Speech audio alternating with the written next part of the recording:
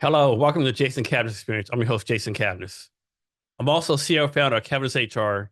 At Cavness HR, we do HR for companies with 49 or fewer people by combining our AI-enabled tech platform with an actual HR person. Our guest today is Ahmad Corner. Ahmad, thanks for being here today. Absolutely. Thank you for having me. So, Ahmad, starting off, talk about some of the things you do for fun, for hobbies.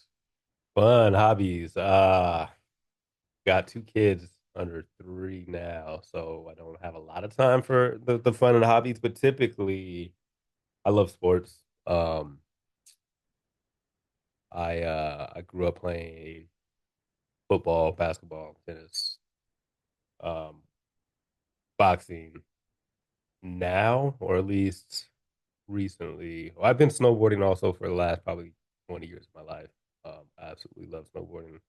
I would consider that current hobby, very much current hobby, part of my lifestyle actually. Um, I've started playing pickleball, almost reluctantly. Converted from tennis. I got a lot of injuries. Hard to find tennis players at your level that are available all the time. Pickleball is just accessible, so I've been doing that a lot lately. Um,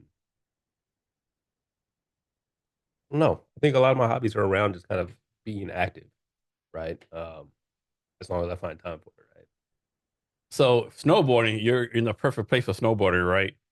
It's It's not like Mexico or no, I mean, I don't know that right. Arizona. I don't know that I would have gotten into snowboarding or become a snowboarder if I wasn't here in the Pacific Northwest, right? Mhm. It's I had a friend that got into it back when we were 17, 18, introduced me to it the first time I was there up at Snoqualmie Pass, actually. Fell in love. There was a period of time in my life where I was going They scoot up just a little I bit. was up to the mountain probably between 3 and 4 times every single week. Um And people don't realize how close the mountains are here to Seattle. No, I'd get off of work, working downtown, and head to the mountain about 5 o'clock. I'd be up there before 6. I'd get enough runs in. I'd be home by 10 o'clock at night. Yeah. Get up, start my day over, and do it maybe another weeknight during the week, and then I'd be up there 2 days, both days during the weekend, right? But yeah, it's Snoqualmie in particular. It's pretty accessible, right? You got other mountains around here that are hour and a half, 2 hours Mhm. away too, right? But yeah, we're lucky if you are into to snow sports. See how they're doing 360 flips and all that kind of stuff like A that. lot of those kind of things that I mean, in hindsight, I say I have no business doing. I still do those things every once in a while. When I absolutely have no business doing, right? Like a period of time in my life where super young, no insurance, suffered a couple of injuries, head injuries, but um, no, I still love it. I think my brain tries to trick my body into believing it's Yeah, I still think the older you get, the 22. brain still tells you, Yeah, you're for young. sure. It's But the tough. body says not so Yeah, much. yeah. I deal with that every day. Yeah, hear that crack or Day. whatever it is. Like, Yeah, yep. oh, that didn't feel like. Yeah, feels like an old knee. Yeah, sure. Um, So did you start off skiing or you always just straight up no, I've snowboarding? never skied in my life. Okay. Never. A ski has never touched my foot. Hmm. So it's been snowboarding from the very, very beginning. Pickleball. That's one thing I still haven't figured out right. Like I used to play tennis way back in the day. I used to Okay. have a lot of fun playing tennis. I ain't played probably 20, 30 years. To me, tennis, you want to work out, if you're playing with like someone like meshes your skill, it's a really good workout, right? Absolutely. But my thing is my age, maybe your age, like that's a little twist of the knee, the ACL is gone, right? Yeah. So tennis might be the best thing, when you get older. Yeah, I mean tennis. So my dad's is still a tennis coach, trainer. In the 70s. He was a professional tennis player, and I mean he is deeply involved in the game. So obviously I had a lot of coaching, a lot of lessons, tournaments growing up. Um, I still love the game. It's just like I said before, it's not as accessible as something like pickleball. For me, time is fairly limited, right? Being an entrepreneur, two very young kids. If I can get out the house and do something, like great. Um, Not easy to coordinate schedules, find people that are playing tennis, similar level to me, open court. Um, Not as easy as I'd like. So yeah, but we actually started playing. I got a group of friends that I went to high school with. That one of my buddies lives down right off of Rainier Avenue South, and there's a park near his house, and apparently there's a pretty new pickleball court. So we shot a text in the group thread saying, "Hey, we got a new pickleball court here. We should start playing." And I don't think a lot of people took him seriously, but I kind of did. I remember playing pickleball in PE high school. I was like, that was fun. And again, being somebody that's into the paddle or racket sports, I was excited about it. So there was a small group of us, four of us, that started playing really early in the morning. Intentionally started playing at 7 o'clock in the morning on Saturdays. One, to help us get out the house, but two, we wanted to get there early so we didn't embarrass ourselves in front of other people that were good. So we made it kind of a routine. Saturday morning pickleball, 7 o'clock in the morning, out on Rainer Avenue South. The experienced pickleball players started showing up around 9. So then, like, we got the courage up to start playing with them, realizing that, like, oh, I actually have some tangible pickleball skills from my tennis experience, right? Um, that was last summer. So we've been playing fairly consistently for about a year. So how different is pickleball from like regular tennis? It's pretty. Is this the courts different or something, or I different mean, rules? courts different, paddles different, rules somewhat similar, right? Like, again, if you grew up playing tennis, pickleball comes pretty easily. I think there's a lot of pickleball players that acknowledge that when they see an ex-tennis player. And wasn't that actually invented here in the state of Washington? Apparently, it was. I think Bainbridge Island. I might be wrong there, but Yeah, I mean, I know for a fact it was Washington. I think it's Bainbridge Island. Bainbridge. Yeah, Yeah, that sounds right. yeah, yeah.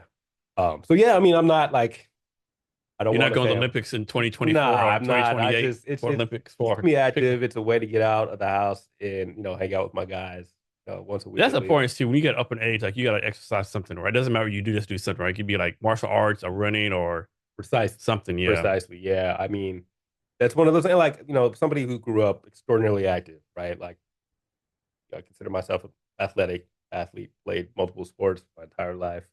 Um, losing that part of me Mhm. just because of age and inconvenience of getting out of the house and finding something to do is tough, right? So it's like I've got to find a way to integrate some sort of activity into my life, right? Like pickleball kind of has become that, right? Snowboarding stuff, right? Um, it's small window of time during the year. You got to pack a bunch of stuff. You got to, get out to the mountains. I'm guessing not 45 minutes. cheap to buy a ticket or No, whatever. I mean, and then seasons pass. You do what I do because it's it makes the most sense considering how often I'd like to go. But Yeah, then it's like with the kids, right? Like it's tough for me to justify getting out of the house and being gone yeah. 5 hours a day. And plus, I mean, that's a good thing with snowboarding is like you can do it by yourself, or you don't need a team. People just go and go do it, right? And the snowboard is that kind of like is that kind of like your mental health thing to like kind of therapeutic for you, like on the mountain by yourself or nature. Absolutely. I just don't throw in my headphones. I mean, this is snowboarding is social, generally speaking, for most people, right? Like oftentimes people go up with a friend or snowboarding buddy or ski buddy or whatever, or a group of people. But you get to a certain level where it becomes part of what you do, where you oftentimes just go by yourself, right? Wake up like I'm just gonna go up some mountain for a little Yeah. bit. I'll be gone for 3, 4, 5 hours to come back, right? So I was definitely at that point where I would say half the time I was in the mountain, it was just kind of a solo trip, right? So Yeah. yeah, a good little escape. Again, throw on your headphones. There's the exercise, there's nature. It's great, right? Like there's athletic challenge for me. I was a terrain park junkie, right? Like way more than I needed to be. Again, I wasn't going to the Olympics or anything, but like I snowboarded competitively. Like I competed, um, in slope style, right? So again, like flips and 360s and other spins and shit like It's that, good right? also. Little closer, stuff like that. Um, And so it's mainly like the main way you take care of yourself, so to speak. I mean, it was for a while. Now it's a lot of it's pickleball. It's Peloton, which sometimes I hate to admit because I don't enjoy running. I don't enjoy spin or cycling necessarily. For me, it's kind of Yeah. I don't want to say it's boring, but it's kind of boring, right? Like it's Yeah. for me. I I'm guess not. in commercial, like, let's go, let's go. I'm like, Yeah, to me, I never did it. Like, I'm talking about you on a bike, some video lady, like, telling you, yeah. let's go. It's for That seems me so, like like, yeah. fake to I'm me. I'm competitive, so like there's a leaderboard that's Mhm. attached to it. So for me, like I watch myself Yeah. move past people or like I find somebody who looks like they're moving pretty well and try to like track with that person. Yeah.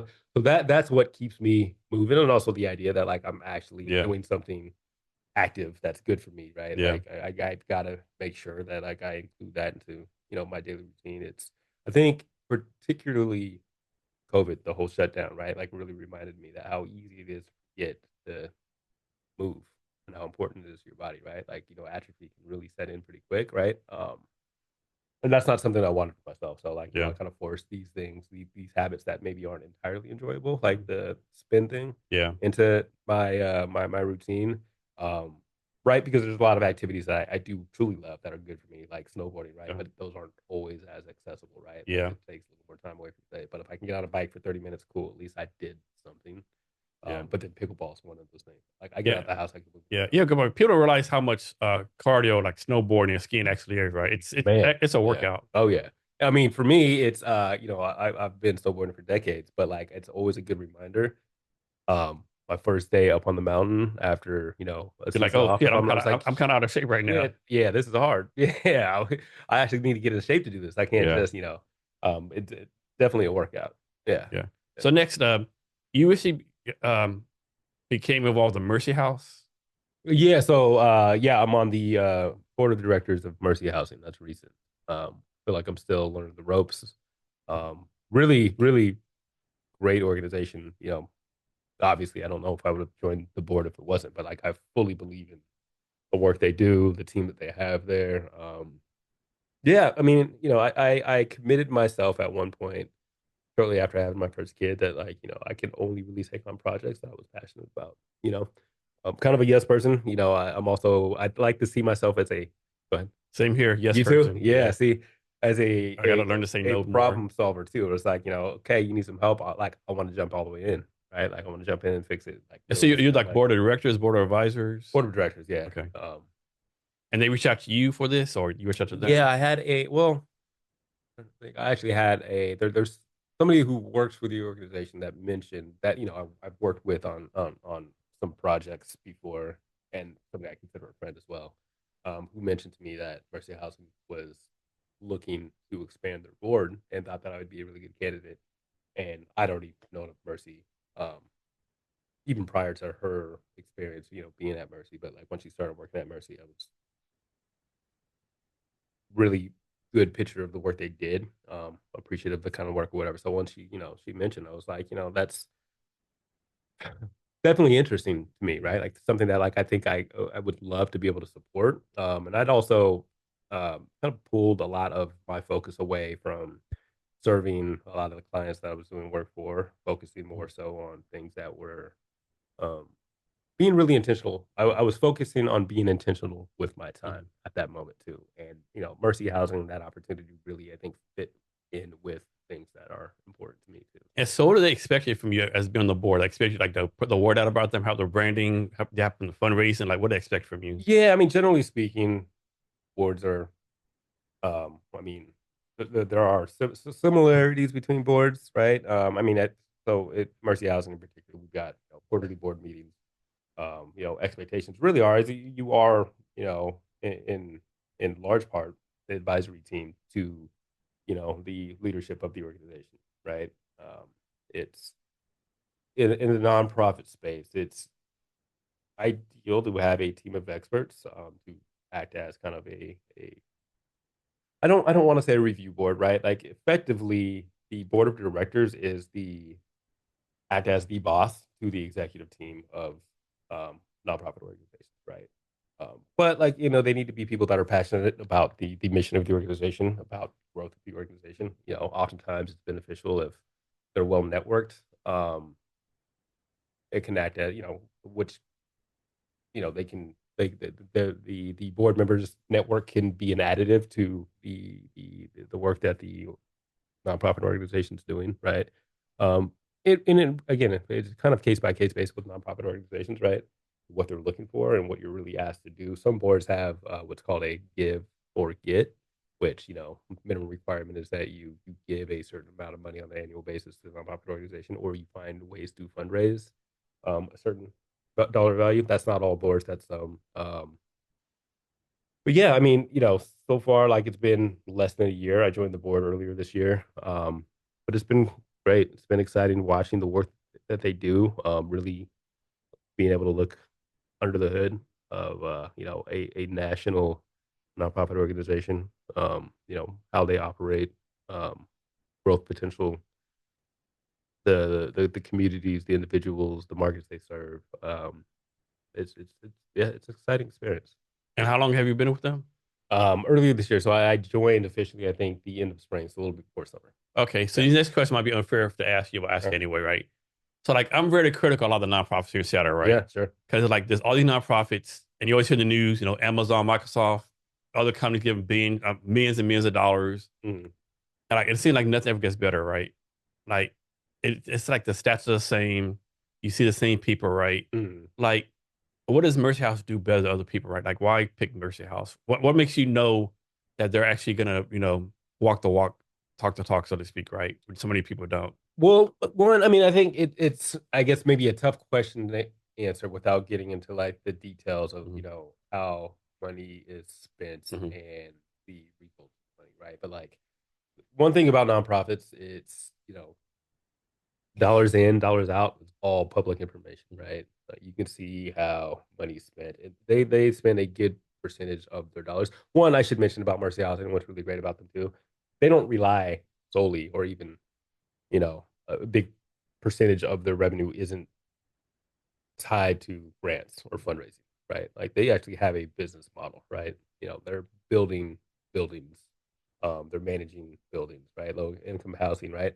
So they're going out and bidding for contracts, So like with what's others. what's y'all's like success metric, right? Like in the fiscal year, calendar year, how does Mercy House say, okay, we were successful? Like this is like number of houses built, Mhm. number of people homed.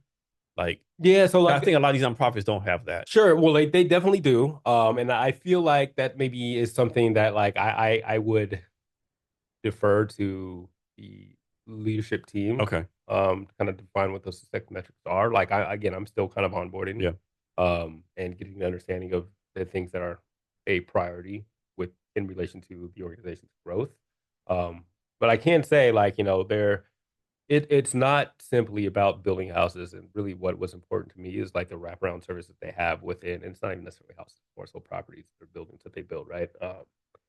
It's the wraparound service they have. They provide, education to and tutoring, mentorship to the kids that live on the property, right? Like they provide, um, like a whole bunch of activities, um, resources to the individuals that are there, which is something different than I've seen in other Mhm. organizations that do affordable housing, right? So it wasn't just about affordable housing; it was more Okay. so about the services that are And provided y'all have by like a those. niche y'all serve too, right? Like you don't serve everybody. Can you talk about like the demographic you serve? That's something that I'm still kind of wrapping my head around Okay. too, right? But like it really is about, I mean, it's a baseline. It's kind of affordable housing, Yeah. right? Like individuals that need access to that kind of Yeah. resource, right? Like, housing is an absolutely important resource for everybody, and not everybody has the same ability to. Um, Yeah. So my cousin, a lot of these nonprofits, I'll give you an example. mm, So like a lot of them, that's my perception. They just like they're in business to be a nonprofit just make money, right? Or for example, there's a nonprofit in the building. I won't say mm, the name. And so like I've been in this business like since March of 2023. mm, About a month in, I heard these two people talking outside, right? And this mm, one lady said, "Hey, I'm really proud of Steve. He's been with us 9 years." I'm thinking to myself, he's been for 9 years. Like, mm. how is that a success, right? Shouldn't like after 9 years, shouldn't he be like doing something better, right? Like if he's with your thing for 9 years, Yeah, I guess it's like, how do you define better, right? yeah. Like, people join companies or look for employment for various reasons, For right? Like, example, if someone joins, like if you have someone at Mercy Housing and after 9 years they're still homeless, and you say he's with a program, or you talk, okay, sorry, I thought you were talking about an employee. You're talking about yeah, somebody who's receiving yeah, services. Yeah, using their services, and they're from what I heard in the conversation, this person is in the same place after 9 years, right? right, I'm thinking right. to myself, how's that good, right? Like, No, I understand that. I do understand that, right? Like I think I can't remember who said it, and I'm not going to say it nearly as well as the person who did say it too.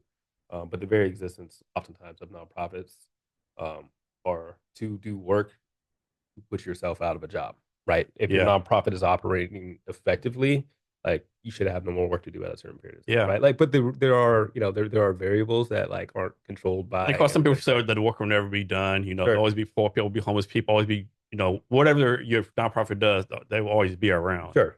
Yeah, I mean, there's unfortunately, I mean, I don't see an end for the need of affordable housing, Mhm. right? There are other market variables that, aren't clearly controlled by that nonprofit that contribute to the need Mhm. for housing for individuals who might not be able to afford the markets they live in, right? Yeah. I mean, and that's the unfortunate reality. So until that problem solved, like Mercy Housing and the other affordable housing organizations are going to continue to exist, right? And continue to need resources to house the individuals that need, right? Like, um, it's again, I think in a perfect world, nonprofits wouldn't have to exist, right? Yeah. Right, but we're far from that. Let me ask you this. Like, I'm going to make this number up.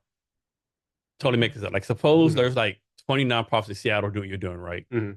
Is it better for them, these 20 different nonprofits, like do their own individual work, solving the same problem? Or should they like kind of like combine Yeah, forces? I Or is mean, that more like ego, the executive director saying, no, this is my thing? there's a lot of ego out there. Like I'm answering this as myself, Ahmad Corner, not on behalf of any organization, but like I always feel like it's way better to partner, right? Like identify individuals that are doing or are capable of doing great work, the work that overlaps or aligns with the work you're doing, and find a way to work together, right? I don't see a lot of value in competition in the space of social impact, right, or nonprofit work. Um, I see health and collaboration, right? I've also seen a lot of ego, and this is not just nonprofit space, right? Like this is humanity in general, right? Which permeates for profit, nonprofit, right? Um, which creates, in my opinion, particularly in the nonprofit space, unnecessary competition, right?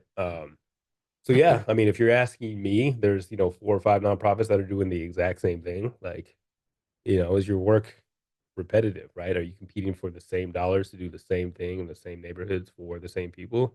Is that beneficial to those people, right? Is Yeah. that beneficial to your mission? I mean, I don't know that it is. Again, that's me speaking for myself, and Mhm. not anybody else. But I really think, generally speaking, people need to find ways to work together, Yeah. I know, right? like, I retired from the Army, and there's so many fucking Army nonprofits, right? It's Mm-hmm. ridiculous, right? So many veteran nonprofits. It's like literally hundreds of thousands, right? Sure, sure. And for a perfect example, at JBLM down by Fort Lewis, um, there's 3 nonprofits, right? Yeah. One is deep sea fishing, Okay. one is fishing on a lake, and one is river fishing. Okay. And they refuse to work together.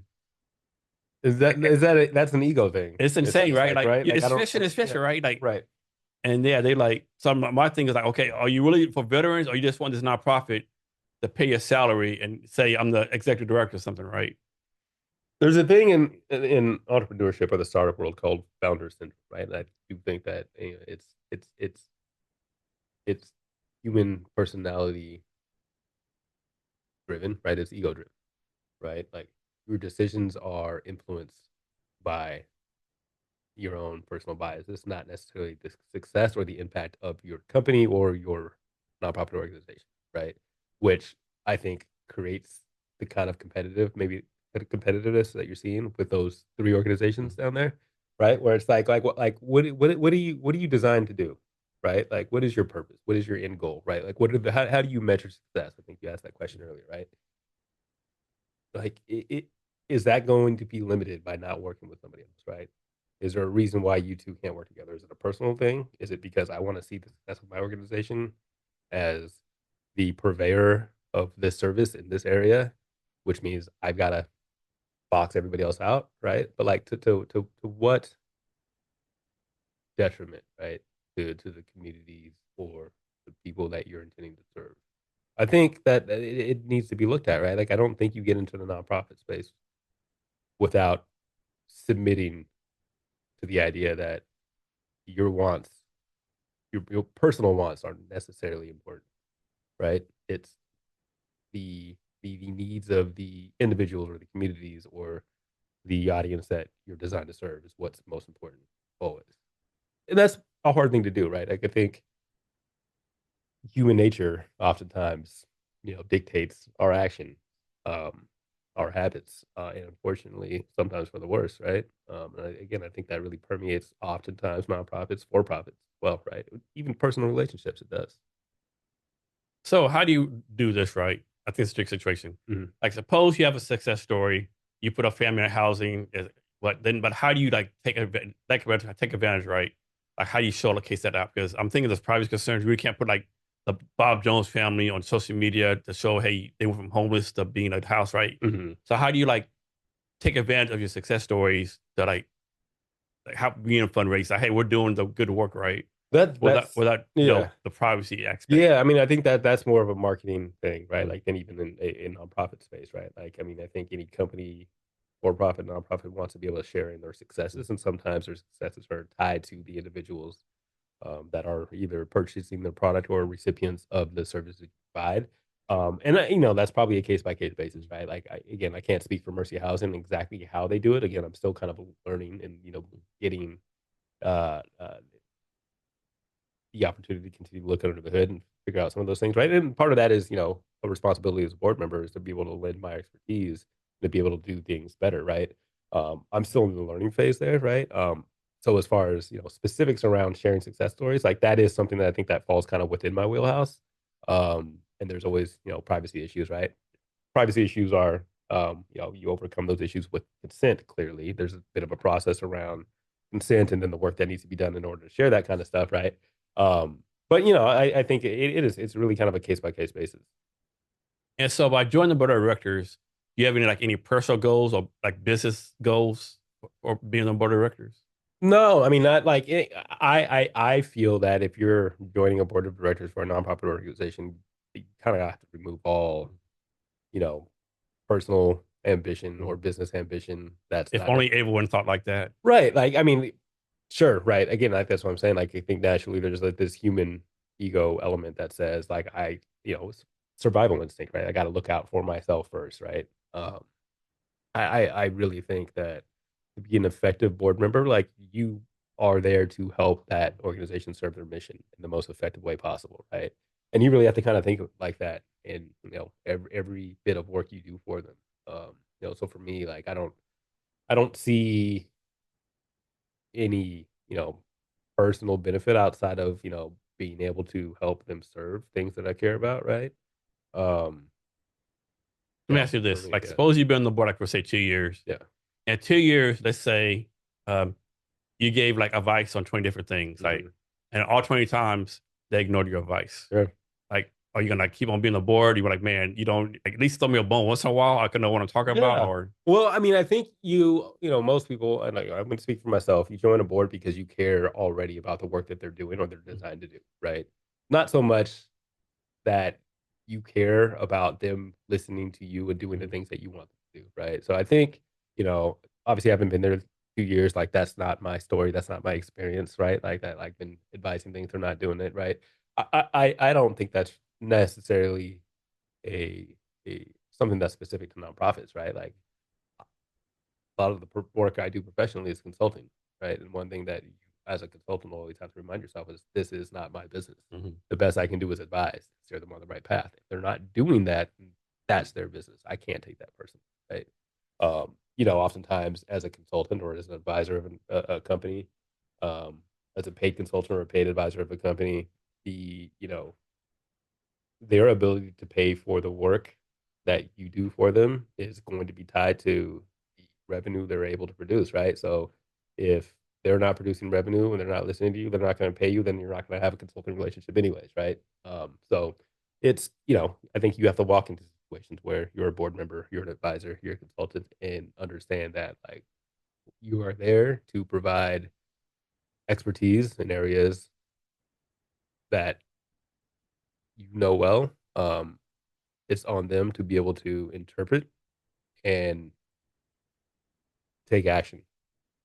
They can make those decisions. That's not my decision. So before we move on, anything else you want to talk about as far as Mercy House? What you guys have anything going on in the future? Any events or anything we want people to know about? No, I mean they just wrapped up a pretty big event called Power of Home. They do on an annual basis. Again, like I said, like I'm still learning. There's a lot of stuff happening. There's properties that are being opened. I work particularly with the team called Mercy Housing Northwest. But it's a national organization. There's a lot of great things happening, right? But yeah, nothing that I'm super aware of at the moment. But again, talk to me this time next year. I'm sure there's going to be a lot of stuff I can talk to you about. All right, moving on. How did you become involved with tech startups? Hmm. I became involved in tech startups. That's an interesting question. Um, Kind of a windy road. my whole career path is a weird, windy road. I started working for a tech company quite a while ago. Um, Before that, I had launched an organization called Young Professionals of Seattle. Uh, Through that work, naturally curious. I say the work with Young Professionals of Seattle being, naturally curious. Um, would continuously conduct surveys from, people participating, individuals, and then companies that were looking to sponsor to try to figure out what was important, what was interesting, why do you want to sponsor, where do you expect your dollars to go through, like what are the results that you're looking for. In doing so, I found a couple of commonalities between companies that are looking to give money, to give dollars. A lot of them are around like marketing and or hiring, really in identifying a particular audience, and I mean carving a path for spending and or employment for those audience members. Um, Now, with the Young Professional Organization, I was very protective of the individuals who were willingly giving us their email addresses because they wanted to be included in any of the events People that don't we realize do. how hard that is to get somebody's email address. Yeah, yeah, it is. It takes work, but for me, I was like, okay, like, well, like they're signing up for this. They're not necessarily signing up for like this corporate integration Mm. necessarily, right? Like, but let's find out exactly like what they want. Like, if there's a way to kind of connect the dots with the companies, we will, right? So I realized that companies wanted to sponsor oftentimes. Like, I didn't necessarily see what the data, the information that we had through some surveying that like companies, their ambitions were a match for the needs of the individuals that are joining our organization. So we would at a certain point have to say no, sorry, like I don't know this is a good fit for this community that you're trying to reach, but I can help you create your own campaign to reach them on your own, right? If you're not going to do it through our brand, you can do it through your own brand. So while I was working at this tech company, it's a publicly traded company now. At the time, it wasn't. It was way smaller. I started pretty early there. Um, you know, Wore multiple hats there, but like I was working at that company. I was doing a lot of work with companies, and without knowing it, I was consulting and advising on how to deliver, how to identify, an audience member, how to deliver messaging, how to, tailor a brand for the impact or the results that you're looking for from that audience, right? So I actually started getting hired to do that kind of work. So that's where like my consulting started. Same time, I mean, Seattle being a fairly tech heavy city, very, tech centric here, there were things like Startup Week, Startup Weekend that were happening throughout the community. I was, just interested in general, right? Just working in tech and working with a lot of companies, right? Like there were startups, relatively new tech companies in the Seattle area that were reaching out, trying to access young professionals of Seattle, network. Realizing that, like, I was consulting and advising, you know, smaller companies, but also some more established companies. And that my advice had value. It was kind of interesting to me. So like I really started getting excited about more so helping the smaller companies grow, right? Like leveraging the work that I've done for some of the bigger companies and some consulting and doing it to kind of create like, larger impact for kind of the underdog, right? Like I'm always kind of a fan of the underdog. So I started getting involved in, things like, Seattle Startup Week. I started being connected with entrepreneurs in the city. I started just being referred by my contacts that I picked up through a lot of that work to, these startups that were newly funded, that were looking to grow, like looking to identify an audience, looking to like generate revenue or create revenue models. So I was kind of, learning as I went, but realizing that like I had a skill set that I didn't go to school for, um, that was relevant to the startup community. So again, like for me, I think being again kind of a fan of the underdog, right? Like that, like energetic new founder with a really good idea, that just maybe needed some guidance, advice, a little perspective that maybe they didn't have time or the network to provide for them. I could kind of jump in and do you know have the conversations that I knew well enough that became something I did on a recurring basis, right? Startups didn't really pay the bills. It was more of a hobby, right? But like, there were bigger companies that like, I would consult that actually had financial means to be able to pay, for the work that I did. So like, I found myself, working with startups as more of a hobby, right? Like something that I actually cared about, like something that I was more passionate about than the big companies. Big companies paid the bills.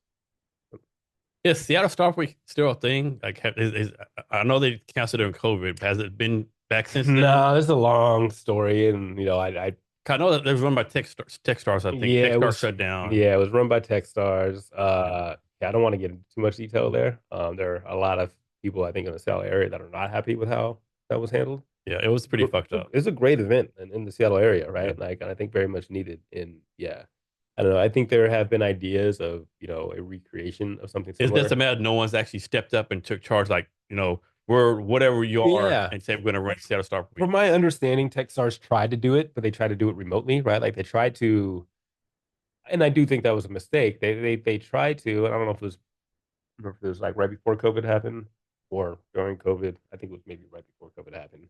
They tried to pull the same event off remotely Yeah, that's without tough. That's leveraging that's that's community tough. members, the people in That's the tough. community that care and that were passionate about tech. And I don't think it went well. I think you add COVID on top of that. It was kind of a recipe for disaster, in which there are a lot of, I guess, ideas or opinions on why it doesn't exist in the same capacity, right? But I don't think that helps at all. No, it doesn't. Um, No. And 4 years yeah, later, still no Seattle Star Week. yeah. I mean, I think the event spaces, has taken a significant hit, Yeah. particularly in Seattle, right? A lot of the events were designed around the reality that people lived and or worked around the downtown area, Yeah. right? COVID changed that tremendously. Like Mhm. there's a lot of return to work initiatives that are happening. So we might see a version of what existed pre-COVID, as far as the event space, right? But like, I mean, Yeah. I know pre-COVID they would have like stuff like galvanized, mhm, startup hall, like all over the place, right? I don't think you do that. I think if you do it again, I think you have to be in one location. I yeah, don't it's think you have tough, every. You have to be in tough, one location. I right? think. It's tough. I mean, I don't know that the I say the downtown Seattle community returns to exactly what it was. Maybe it does. I don't know. We'll see what happens, right? Amazon's pulling all their employees back to the office. A lot of companies follow what Amazon does, Yeah. right? There might be a bit of a revival in the downtown area, right? Which means that you'll see a lot of post work hour events happening. We'll see. I don't know. I think people got really used to operating in this I virtual mean, that's world. definitely an interesting experience, I think, because Amazon making everyone go work, Mm. or Microsoft is still letting people stay at home. And I think Microsoft said you can stay at home as long as the productivity stays the same. But what does that mean? Who knows, right? I Yeah, definitely right. said an interesting experiment between those two big companies. I've spoken with a couple or quite a few executives, particularly through the pandemic, who were very anxious to get employees back into the office for Especially you, reasons yeah, that weren't especially even related to revenue, right? Like there are a lot of tech exactly. companies particularly that were doing extraordinarily well with remote employees, Oh yeah. right? Which means that like they're being productive, right? Like you can be productive and do extraordinarily well without people having to report to the office. But I don't know that I mean, there are probably a lot Yeah, of like where do reasons, these right? stats come from? It's like people start like, I work for Amazon, I self-report I'm more productive. Like Mhm. where do these stats come from, right? Obviously, if you're an employee, self-report, you're more productive, right? Sure, So where do these sure, stats come from? That's sure. always been my question. Right. Yeah, yeah. I don't know. It's tough, right? Like, And then if you're like the Mirror Seattle, Mirror Bellevue, obviously you want Amazon and the big companies to be downtown, right? It's like a union, man, like all the companies down the restaurants probably like sucking the wind, like, they need that yeah, foot traffic. they rely heavily on the foot traffic, right? And it's not foot traffic necessarily people that live there. It's people that work Yeah. down there. Like they rely on happy hour traffic, right? Yeah. Let's have Or a hey lunchtime team, let's traffic, have a right? drink after work at so and so. Yeah, 100%, right? So I mean, obviously you saw a lot of businesses shut down, during COVID, but like a lot of them haven't opened back up, right? Because they don't have that kind of traffic that existed pre-COVID, right? Like, we'll see. Might change when Yeah. people start I'm returning just back to interested to see working how it again. works out. Yeah, And this, like, I'll probably get blasted for this, yeah, but I really have no empathy for the people working at Amazon, right? Best to make the six figures. So, like, you hear all these people like striking, making us go back to work. sure, Like, you're making sure, six figures, you got a nice stock, right? I can understand if you make minimum wage. sure, I understand you make federal minimum wage, 75 an hour. You got to drive 2 hours to work some fast food job. I sure, get it, but sure, you're not making peanuts, right? So I sure, really have no sympathy for them. sure. I mean, you also kind of consider, cost of living here. There are Amazon employees who don't make a lot of money, right? Like, you got to Yeah. think of even people that work security, Yeah, I'm not and some talking of those about them. I'm folks. talking So about, of course, the yeah, program for manager, HR sure, business for partner. sure, for sure. I mean, and I also think that like I don't know. I think there's this kind of battle. Like I think this is a constant battle between like employee and employer, Mm, right? Like we're gonna do what you say because you want us to do it, but why do we need to do it, right? Like yeah, you see these strikes with yeah, Boeing and all those other things, But I mean, I think those are battles that will continue to exist. But and I do think there's this kind of perspective with some of the tech employees where like we're as productive working from home. yeah. Why are you But are making us come you? to the office? But are you? I think I honestly think it depends on the person. Like me? Yeah, I can't work from home. yeah, Like you can't. I Okay, can't. Like yeah, I know that, right? Like now, don't get me wrong. Do I want to drive 2 hours and a half and be in a cubicle from eight to yeah, five? yeah, No, I don't. yeah, Right? Like, but I sure, need some place to go. yeah. If I'm at home, I'm eating like 20 snacks. That's I'll just watch one episode of Young Sheldon. sure. No, Next thing no. I'm known, I'm watching some kind of freaking cat video. That's fair, and I've seen. I think And most people there's are not a honest like period that. of time where I was just kind of hardline, and I was like, people can be way more productive from home than in the office, right? Now we're kind of realizing. I think everybody's had the opportunity to work Yeah. from home. Not, I shouldn't say everybody, right? Like I'm speaking from a perspective of privilege in a city that's heavily tech focused, right, where a lot of people can work from home. There are some people that aren't as productive at home. Yeah. There are a lot of people that aren't as There's a productive. lot of Like I find distractions. myself that like I can be But productive at chase a lot home of distractions at home. depending on the distractions that And you there's have. distractions at work too, Right. though. I think what I found for myself, and this is pre-pandemic, right? Like I can oftentimes work from home and be far more productive than I was in the office, right? Like when I was in the office, I've got people coming up to me and asking me questions. I've got meetings with people coming up and asking if I want to do coffee, right? Right. If Yeah. I'm at home, How the you know, Seahawks do? sure, right? Like and that's I think that there's value in being able to work at the office, right? Yeah. Like the ability to be able to collaborate in person, right? Like the bond that you create with team members that are going through the same thing at the same time in a work environment, right? Like I think there's value. There's absolutely value there. But like in working from home, I found that like, you know, I also find that I work more or longer days from home than I did actually in the office, right? Because like, there are going to be those distractions, right? Like I Yeah. got, ESPN in the background, right? Yeah. Where I'm watching some stuff or like do laundry real quick or I'm So I'll push walking. back a little bit. Yeah. I think a lot of people say they work longer hours. Yeah. I think a lot of them like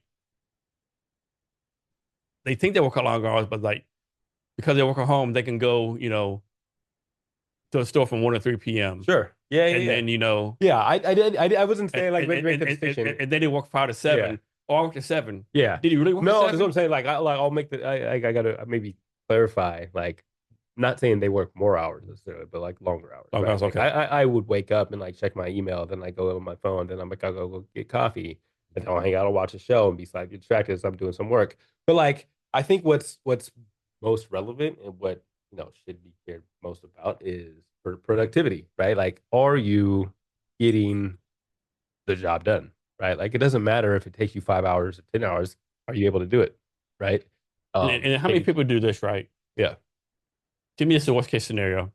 Like suppose there's an employer, right? hmm And during the day, they're like from 10 to 12, they're doing like something non-work related. 1 to 3, they're something more non-work hmm related. And then at 5 o'clock, the boss calls and say, I need something to do for me. And no, I get up for 5.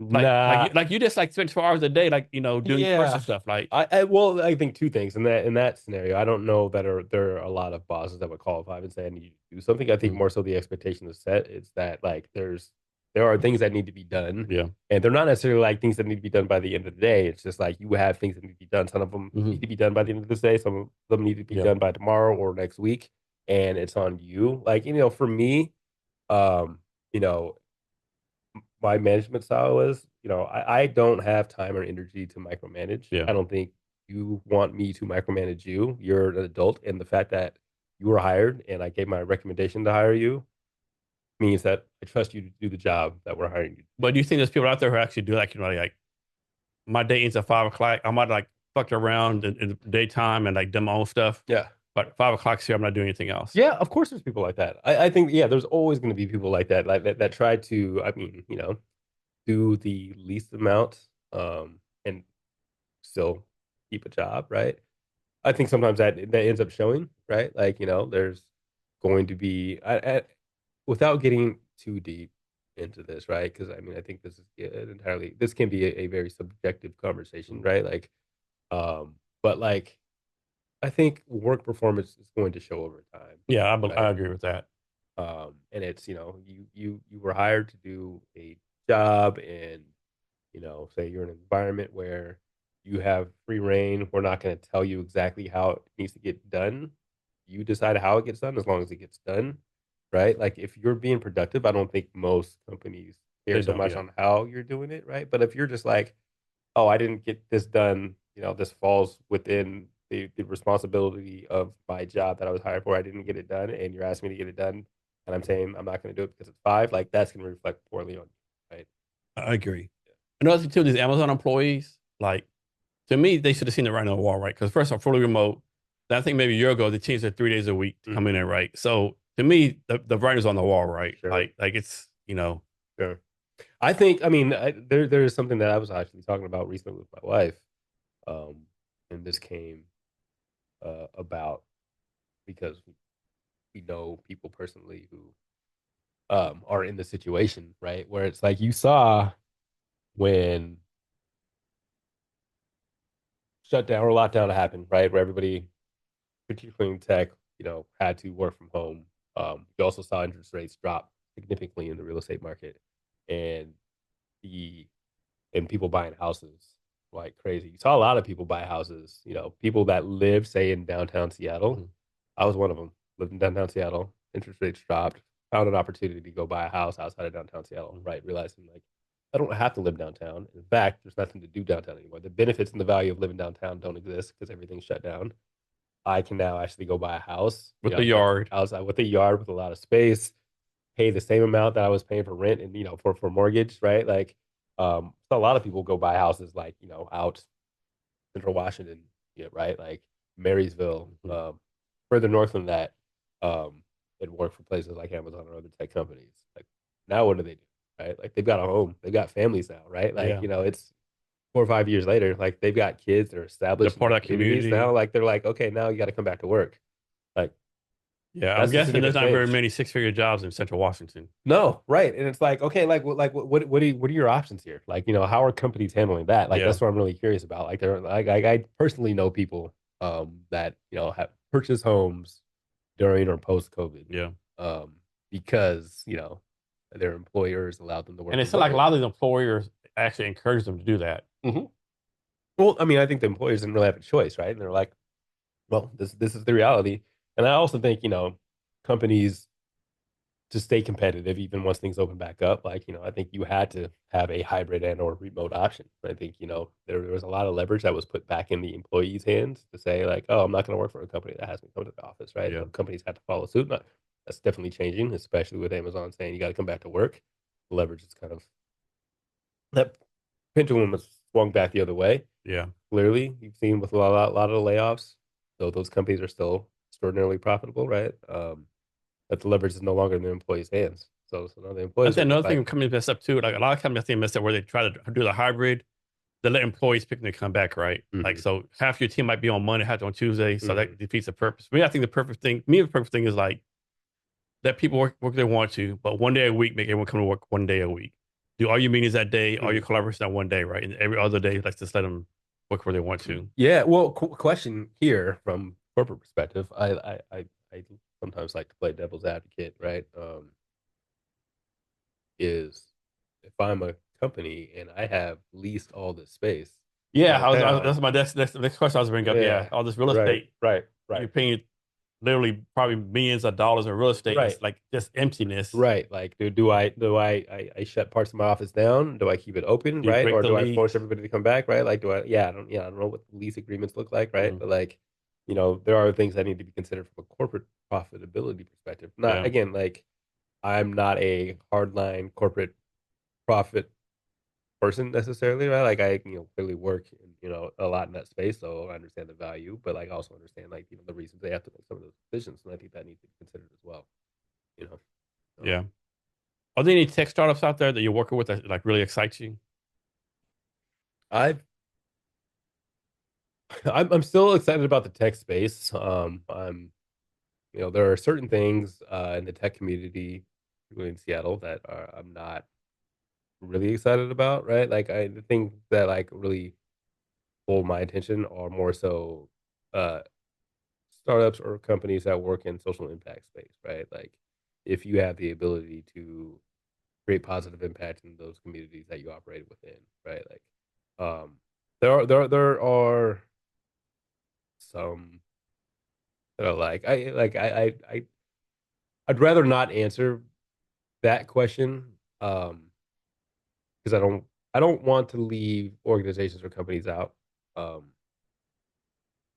that I know are doing good work. But there are a lot. I think Seattle's one thing I love about Seattle is it's a very innovative community, right? I think there are people that are innovative and looking to solve problems. I also do think like there's one thing about nonprofits that like I think maybe bothers me is that they all like to operate like nonprofits, like they were built in 1910s, right? There isn't a need to operate that way necessarily, right? Like you can be like the only difference between a nonprofit and a for profit is tax status, right? If you have a business model, you can run your business as any other company does. One of the major differences is you got to be public about what you do with the money that you earn, right? And I do feel like, there are, again, there are social impact for-profit organizations that are doing great work that I don't think I think they think differently than a lot of nonprofits because they don't bound themselves by the red tape that they feel like they need to be bound by, right? So I appreciate the people that are innovating in that space. All right, let me reroll the question then. If Yeah. you had $1 million, what tech startup would you invest in? Wow. That's tough.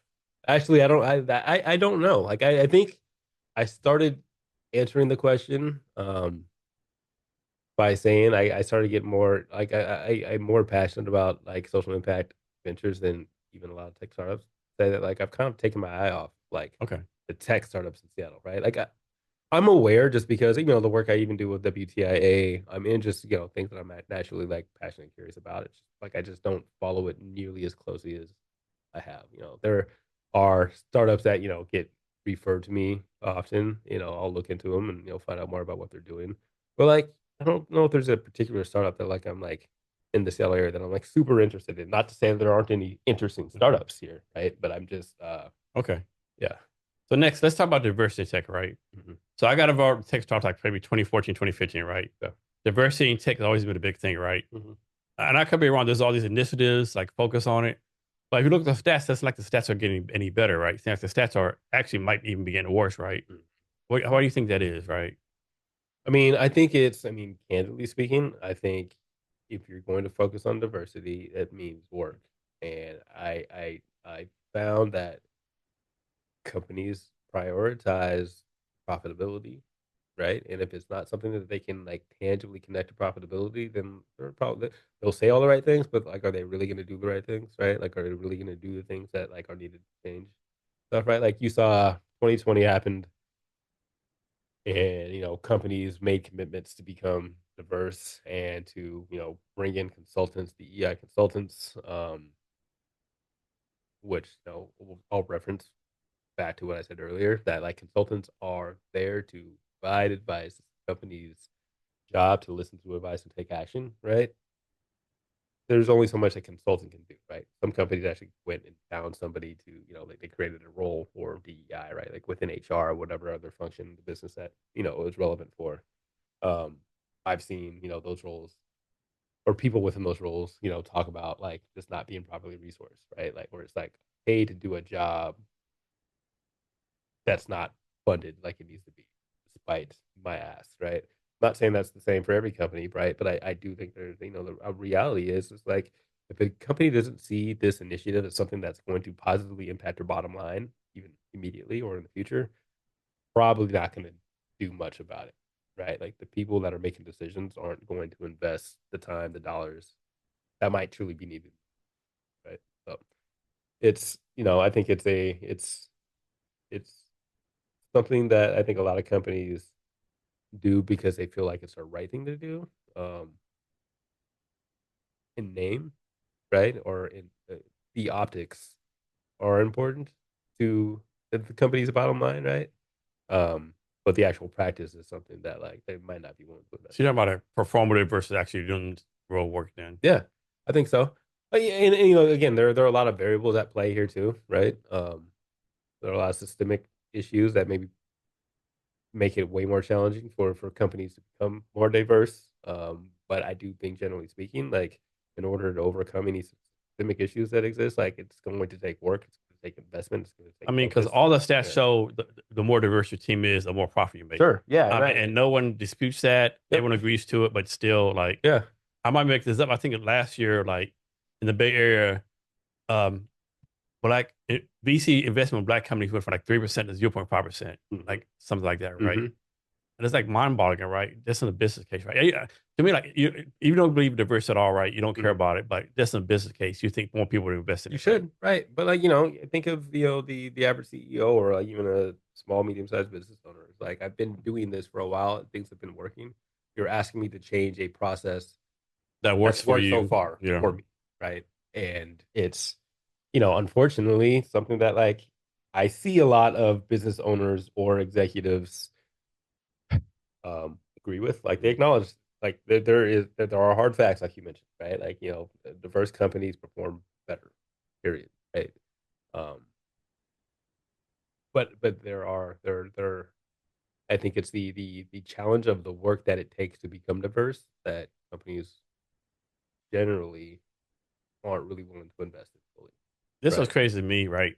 I can't remember the name of the VC firm, but they had on their website, we want to increase the diverse, investment. We want to talk to more people. Mm-hmm. I'm paraphrasing, like we want to invest in more diverse companies, more diverse people. Mm-hmm. And then it says, um, we don't take cold emails. You need an introduction. Like, make it make sense. Sure. Right. Make it Right. make sense. Right. Right. Make that make So sense if for you aren't me. already part of our network, you're not in. But Yeah. we want to become more diverse, Yeah. right? I think it's like the fact that you're saying that you want to become more diverse acknowledges that you have a diversity problem, Yeah. right? But then saying that the only way in is to be part of our network means that you're not willing Yeah. to So, identify so or basically justify. saying we have open door policy, That's but interesting. the Yeah. door's always closed. Yeah, that's right. I mean, but I think that's a good example, right? Like it's like companies have a hard time like moving on to new practices, right? Like that's something that they probably already had. Like, Yeah. cool, you need to like introduction, like that's part of the core of who we are, Yeah. right? Like, but at the same time, like, yeah, we've acknowledged we have a diversity problem. We want to change that, but like this is an area that we're not going to change. Well, like, okay, like you said, make that make sense. Yeah. Yeah, Let me ask you this question, right? yeah, So let's suppose there's two scenarios, right? Suppose you're a startup founder, right? sure. And you really want your let's say change that. Say you're a Hispanic female, right? Hmm. You have three Hispanic female friends, like really good at what you need to do, right? Hmm. Marketing, sales, tech, whatever.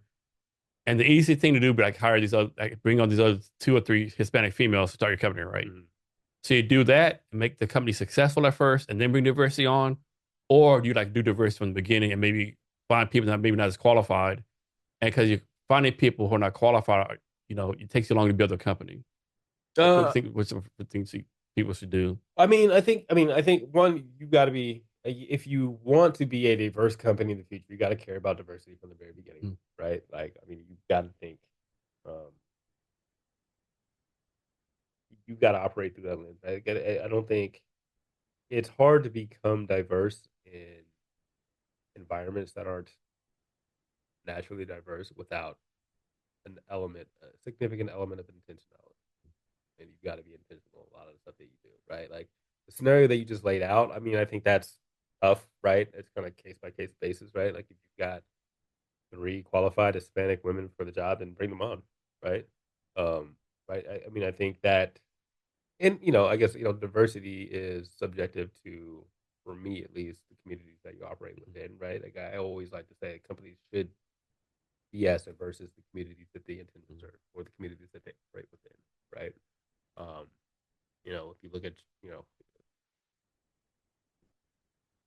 internal employee demographics and they don't match the areas that you recruit Yeah, from, like yeah. then maybe there's a problem, right? Like how many companies say, "Man, we need to sell to Asian men over 55," Sure. but there's no one in the company in that demographic. That's a 55 or older Asian male, right? Mhm. Like how do you know what that demographic wants if you have nobody in the company that's designing for that demographic, right? Yeah, it's I don't know. It's there are. I mean, this is not to let companies off. Look, there are systemic issues at play, right? Like, and I think there's always going to be diversity, equity, equality pushback, Yeah. right? And oftentimes it is that, DEI is racist or reverse racism, right? One, that's not just about race. DEI is never just about race. But the realities are, the argument oftentimes is like, oh, take the most qualified person for the job, right? Which is, bottom line, makes sense. It's a very elementary, basic argument, but how do we define what is qualified, right? Like, Yeah. With that, do we look at like I'm a firm education? believer that you can find the best qualified person across the various demographics, various big different things, you know. Yeah, I mean, you also have to consider there are a lot of individuals from various communities that have never really had the opportunity or haven't had a clear path to the opportunity Yeah. to make themselves qualified by your definition of qualified, right? Right, like it's baseline qualification that they have to have a degree from a prestigious university. Okay, cool. Like, how many people actually have a true clear path to that kind of education, Yeah. right? Like, yeah, again, like there are a lot of systemic issues that exist, um, that can be that act as disqualifiers for individuals that, like, if you're saying we're going to hire the most qualified individual, right? Again, how do you define qualified, Yeah. right? You know, there are a lot of roles that I've seen within tech companies, sales as an example, right? Where, there's these tech companies that say you got to have a college degree in order to get an interview. You Do don't you? need Do a fucking you? For sales. sales? Do Yeah. you? No. Do you? Like, no, like you need No. somebody with a little bit of grit and a little bit of Yeah. hustle, right? Like somebody that can kind of Some adapt mental on the fly, right? toughness. Like mental toughness. And like, where do you find that from? You don't necessarily find that from, somebody who's been handheld from, Yeah. middle school, high school to college and has graduated and is now ready for a job, right? Like that's not necessarily the person that's going to be best for the job. I've seen it personally, you know, time and time again. Um, but again, it's like, like as a company, you get to define who you are. You get to define the term qualified. You get to make those decisions, right? Um, are you changing those things when you say that you become more diverse, right? So, So tell me what about this, right? And this is one of my pet peeves, right? And I'll probably get blasted for this, mhm, but like I think a lot of people say the diversity or diverse, but they're really not, right? For example, it doesn't matter if you're like you're pro black, pro Hispanic, pro veteran, like mhm, okay, be that, but don't be like I'm pro veteran for diversity. We only for like getting veterans job. Like mhm. so you're for veterans, but are you for diversity, right? Are you Sure, right, I right, think a lot of right, people like they like I'm pro immigration. I'm focused on getting immigrants job. right. But you're saying diverse, right? Right, right. Yeah, and that's why I even said, like, the DEI isn't just about ethnicity, right? Like there are other elements that come into play, right? And so if you're intending to become diverse, you need to identify, the demographics of the communities that you're recruiting from, or demographics of the communities that you're selling to, or the community that you operate within, right? Like those are all things. And again, it's not just ethnicity. There are other things that are relevant to diversity, right? And it's like, yeah, but that kind of stuff takes work outside of the work that companies have done, right? Like they build their companies, they build their businesses around revenue models, right? These revenue models create profitability that pay salaries, and allow the company to continue to grow into various new markets that allow them to continue to generate revenue and pay salaries, right? So it's like, you're asking them to do things that like they've never had to do, they never had to understand. Like they've been able to be profitable companies without this new element that you're saying, that you should do. Even though they're saying they want to become more diverse, like, okay, but I also have to do a bunch of this other stuff in order to do that, right? But like, I can't just focus on the things that have made me successful. Why can't I do that, right? So I think it's, it is, there's significant pattern interruption and, breaking of bad habits and acknowledgement of uh you know those bad habits and the impact on the communities or community members or the future profitability of your company, right? There are a lot of things that are like, a consultant or a DEI consultant can come in and preach, but it's on the companies to accept and actually do the work. Yeah, I agree. Like a lot of people think diversity is like one, a color based, ethnicity based, or. But I was in Kirkland yesterday talking to a friend of mine. She's an Asian female star founder. You know, Kirkland is like a lot of white people, and we're at our table across from us. These three white dudes were talking, like my age in their 50s, 60s, and they were talking about how all of them came from Sweden like 10 years ago, and you look at it like you're not diverse, right? But actually, like, okay, you might be diverse because you came from Sweden 10 years ago, and just all those getting different things, right? Sure. I'm big with you too. Like you take three random people off the street, any three random people, Mhm. I believe I can prove how they're like the same and how they're diverse. Mhm. I think any group of people you can prove how they all have the same thing. Now, might be a stretch. Sure. You know, Sure. Of course. you're Yeah. all Americans. You Yeah. know, Yeah. a Yeah. Yeah. stretch. You For know, sure. There are. I mean, again, I think one of the benefits of having a truly diverse team is perspective of experience, right? I think that's. I mean, that's. I don't think it's undeniable, right? And that experience oftentimes is tied to ethnicity, immigration status, um, you know, gender, gender identity, um, religion. I mean, there's a whole bunch of things that go into this, right? Like, it's not just about ethnicity. Now, there are sets of challenges that exist with each one of these demographical markers, right? That are different, right? Like, there are challenges that it might be tougher for a black female than there is for a white male immigrant, right? Challenges might be, again, tougher. Um, there are challenges that are different from a gay white male than a Hispanic veteran, right? Like, so it's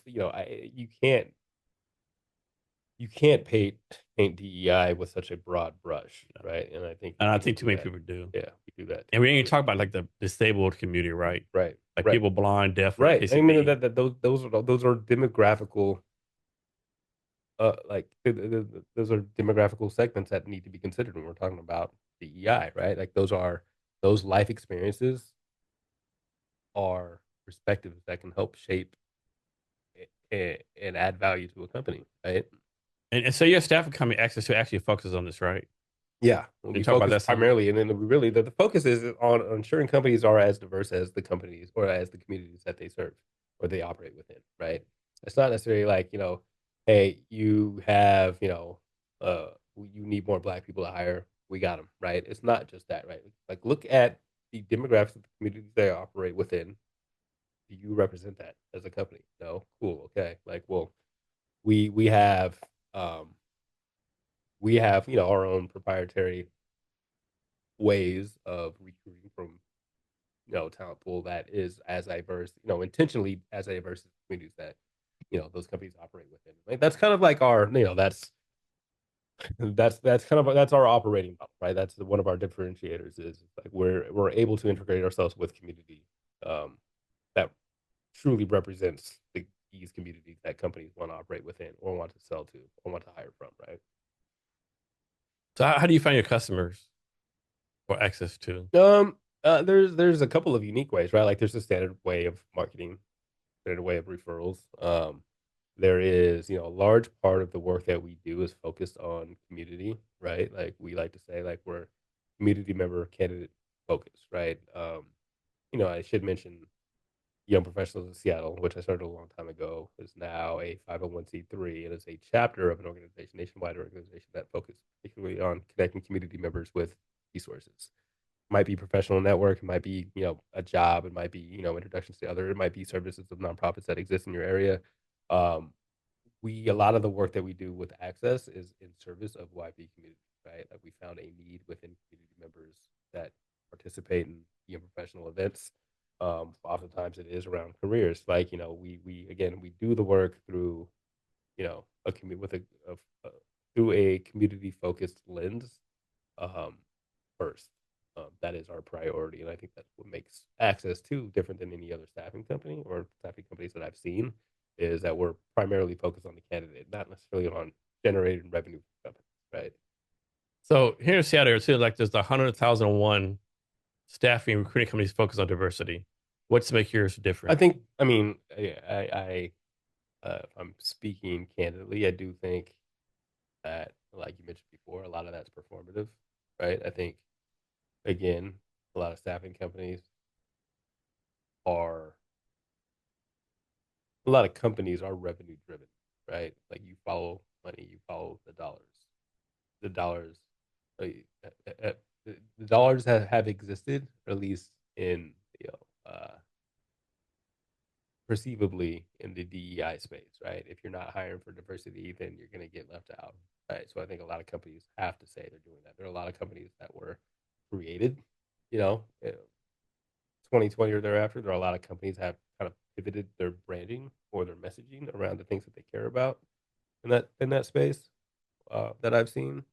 Um, but are you truly doing that, right? You're doing that because the clients that generate revenue, that drive revenue for you, are saying they want this, right? Of course, you've got to fulfill a need. So you're going to say that you're going to do that. Like, how are you doing that? Question that I asked, that I would ask these companies. Yeah, like, are you still going to University of Washington to recruit every Well, yeah, day who are you recruiting from? Right? versus Like going how? like Like it's HBC or something? sure, Or right? Like like and I think there are very like elementary ways to try to diversify the talent pool they recruit from, but like, are you focused on that, right? Or once companies decide that like diversity is no longer a care of mine, Mhm. like, is that going to be something that you do, or Mhm. are you going to focus on the things that they tell you they want, right? Which I see a lot in business. I don't necessarily fault companies for that, Yeah, right? Like, you can't exist if you don't have a product that's relevant to an audience, right? Like, yeah. you can't, right?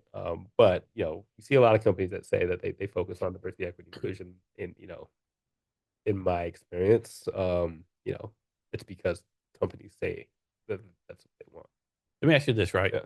So let's suppose, to make it kind of simple, suppose like there's like a group of people in, like, we'll say downtown Seattle, downtown Bell, they're really doing really well, Mhm. and they want to bring people up, right? Mhm. So, and there's a group of, say, in South Seattle not doing well, economic disadvantage. Is it responsible for people in downtown Seattle, down to Bellevue, to go down there and bring them up, or for the people at the bottom, so to speak, reach out for opportunities? Well, I mean, I think that's a personal decision. Like, speaking for in your example, the people in Bellevue, right? Like, if that's something that you care about and you want to do, then identify avenues to be able to do that, right? I think there are avenues that exist that you can find so you can do that, right? Like, I don't think that's the responsibility of anybody necessarily. Like, it's not me. It's not on me to tell you what you're responsible for Mhm. necessarily, right? Would it be nice? Sure, right? But again, like, we live in a society where we have free thought, and if that's not something you want to spend your time doing, then you don't have to. Uh, Now, for the individual that you know economically disadvantaged, asking if it's their responsibility to kind of pull themselves up by the bootstrap, right? Yeah, I guess an age old phrase that you need to find ways to pull yourself up with the bootstrap. Like, but the realities are these. Kind of goes back to the systemic issues that are at play that maybe aren't not maybe, but are definitely not acknowledged enough. That like, how do you pull yourself up from the bootstrap if you've never seen it happen? If you don't have boots, if you don't have straps, right? If you've never been part of a network of individuals where there are individuals who know how to do that, right? We are all creatures of habits. We are all a product of our environments. If I'm born into a society, like, if I'm born into, you know, East Detroit, and I've known nobody to go to college or to be successful, my definition of success is entirely different than somebody else's, right? But when I was younger, Yeah. like high school, my dream was to be a manager of a Burger King. Okay. Right. Right. To me, that was like, man, they make good money. Sure. I was like, that's my goal right then. Right. Right. Again, like, I mean, I think we fail to realize and acknowledge the fact that we are all products of our environment, right? The average person does not move very far from where they were born, No, I right? mean, the stats show most Americans, like, if they move, they might move at the most 2 hours away. Right. Right. Like, no one's moving. Had a guy on the podcast recently, Charles Conner. He actually moved from Mississippi to Seattle maybe 5 years ago, right? Sure. Most people don't do that shit. No, my mom moved from East Detroit to Seattle, right? Left everything she knew. For me to have similar opportunity Mhm. to others that didn't grow up in Detroit, right? Like, and like, I think it really does. Oftentimes, we fail to acknowledge the fact that it takes exceptional work for a lot of people to have a fair shot, even in today's America, Mhm. right? Like, it's very easy to say we all have equal opportunity. Yeah, but do you Sure, really? opportunities exist, but do we have access to the opportunities? Yeah. Do we have knowledge of how to put ourselves in front of those opportunities? Like, there are a lot of things that, like, there are a lot of gaps between the individual and the opportunities that we all say exist, right? Let me ask you this. Um, let's suppose you give your 14-year-old self, suppose you tell your 14-year-old self, learn these skills. Learn these skills, and you'll be successful. Like for me, I would tell my 14-year-old self, any like young kid, I would tell them like, learn how to code, Mhm. learn how to speak publicly, and learn physics. Mhm. And there's a fourth one I can't think of right now. But yeah, Yeah. sales. Oh, public speaking, sales, physics, and coding. That's the four I would tell people. Yeah, I mean, I think I would go even more basic than that, right? Like, but which like I absolutely agree with all four of those. But like, I think it really is like the value of establishing relationships, right? The value of removing fear um, from the naturally curious mind, right? Like, I think curiosity is beaten out of us through school and through life, oftentimes, right? Yeah, that's a 3 hour podcast on For itself. sure, right? Like which is tough, right? But I think if you're naturally curious, you can naturally ask questions. If you ask questions naturally, like there's a removal of fear, right? Like I've um there's a lesson that I was taught by my mom and my stepdad, but also there's a line in hip hop, Notorious B.I.G. that says, "Picture me being scared of Mhm. someone that breathes the same air as me." Yeah, Right? For me, it's like, why should I be afraid of asking for something yeah, from somebody because they're established, because they're an executive, because they're a CEO, right? Like, it's the removal of fear. It's like, that's a human being that's across from me. Like, yeah, why not ask them for something that I want, that I yeah. know, something that I'm unclear of, right? Like, that's curiosity, but it's also the removal of fear. One thing I like, wish I would learn earlier in life, like the fact that like no one gives a fuck about you. Like a lot of time, people in their life, like especially younger days, oh, they're thinking this about me. They look at me like they're in their own fucking head, right? Hmm. They think the same about you. What is Jason thinking about me? What am I thinking about me, right? Right. And the sooner you like get rid of that construct, the better your life And is. that's kind of like what I mean. Is like I think it's like as you get older, you stop caring about what people think of you, right? But like as you're young, you care only about what people think about you, right? Yeah, Like that's one thing I would love to tell my 14-year-old self is like, who cares what you like do do, the weird dude? Be thing. you. Yeah, Yeah, you're great, and you're going to become great if you actually or like good thing, like continue down your you path. going outside dressed like that. Yeah, Yeah, yeah. like This is what I want. This is what I yeah. like, right? Like I don't. Yeah. Well, what I enjoy, what I like, shouldn't be predicated on the things that you enjoy, like, right? But yeah, that's like that self doubt stuff, right? Too. So, Mhm. how do you deal with imposter syndrome? I think one, I think there's a level of self-awareness that needs to exist in order to avoid that, right? Like I think it's just also self-acceptance. I mean, it's tough, right? Like and um maybe I'll talk about this through maybe the lens of a person of color that's fitting into communities that are dominated by particular say ethnicity, right? Like getting into tech or advising or tech advising as a black male, your success, if you consider success monetary, your success is tied to your ability to sell yourself to clients, right? And oftentimes I think people look for examples of from those who are already successful in doing something. So I think the it can be the norm to conform to what you see work, right? Which fact means that you embody imposter syndrome in order to achieve the success that you think you want to achieve, right? And I do think there's something there's a value in being able to work um and being able to exist as your true self. That's tough. I think, right? Like it's really easy to say imposter syndrome is bad, don't do it, right? But I think, you know, for those that intend to be successful, maybe struggle to be successful, struggle to find the identity they need to take on in order to achieve success that as they've seen, there's a there's a this innate feeling that you need to be somebody maybe that you're not. Um, so which I get, right? Like it's oftentimes referred to in the African American community as code switching, right? Like there's a way to talk and engage in a corporate environment that's different than you do with your friends, right? Like you put on a different face sometimes in these environments because you feel like, like you're not going to be accepted as your true self in certain environments, right? Like, and I do think everybody, regardless of race, ethnicity, background, has to do that or does that to some extent, right? I say all that to say I don't know particularly how to avoid imposter syndrome. I do know it's more difficult for some than others. I think that needs to be acknowledged. Um, I think the realities are, I think we can all perform the best we are able or comfortable showing up as the truest version of ourselves. Um, and if I had a solution for that,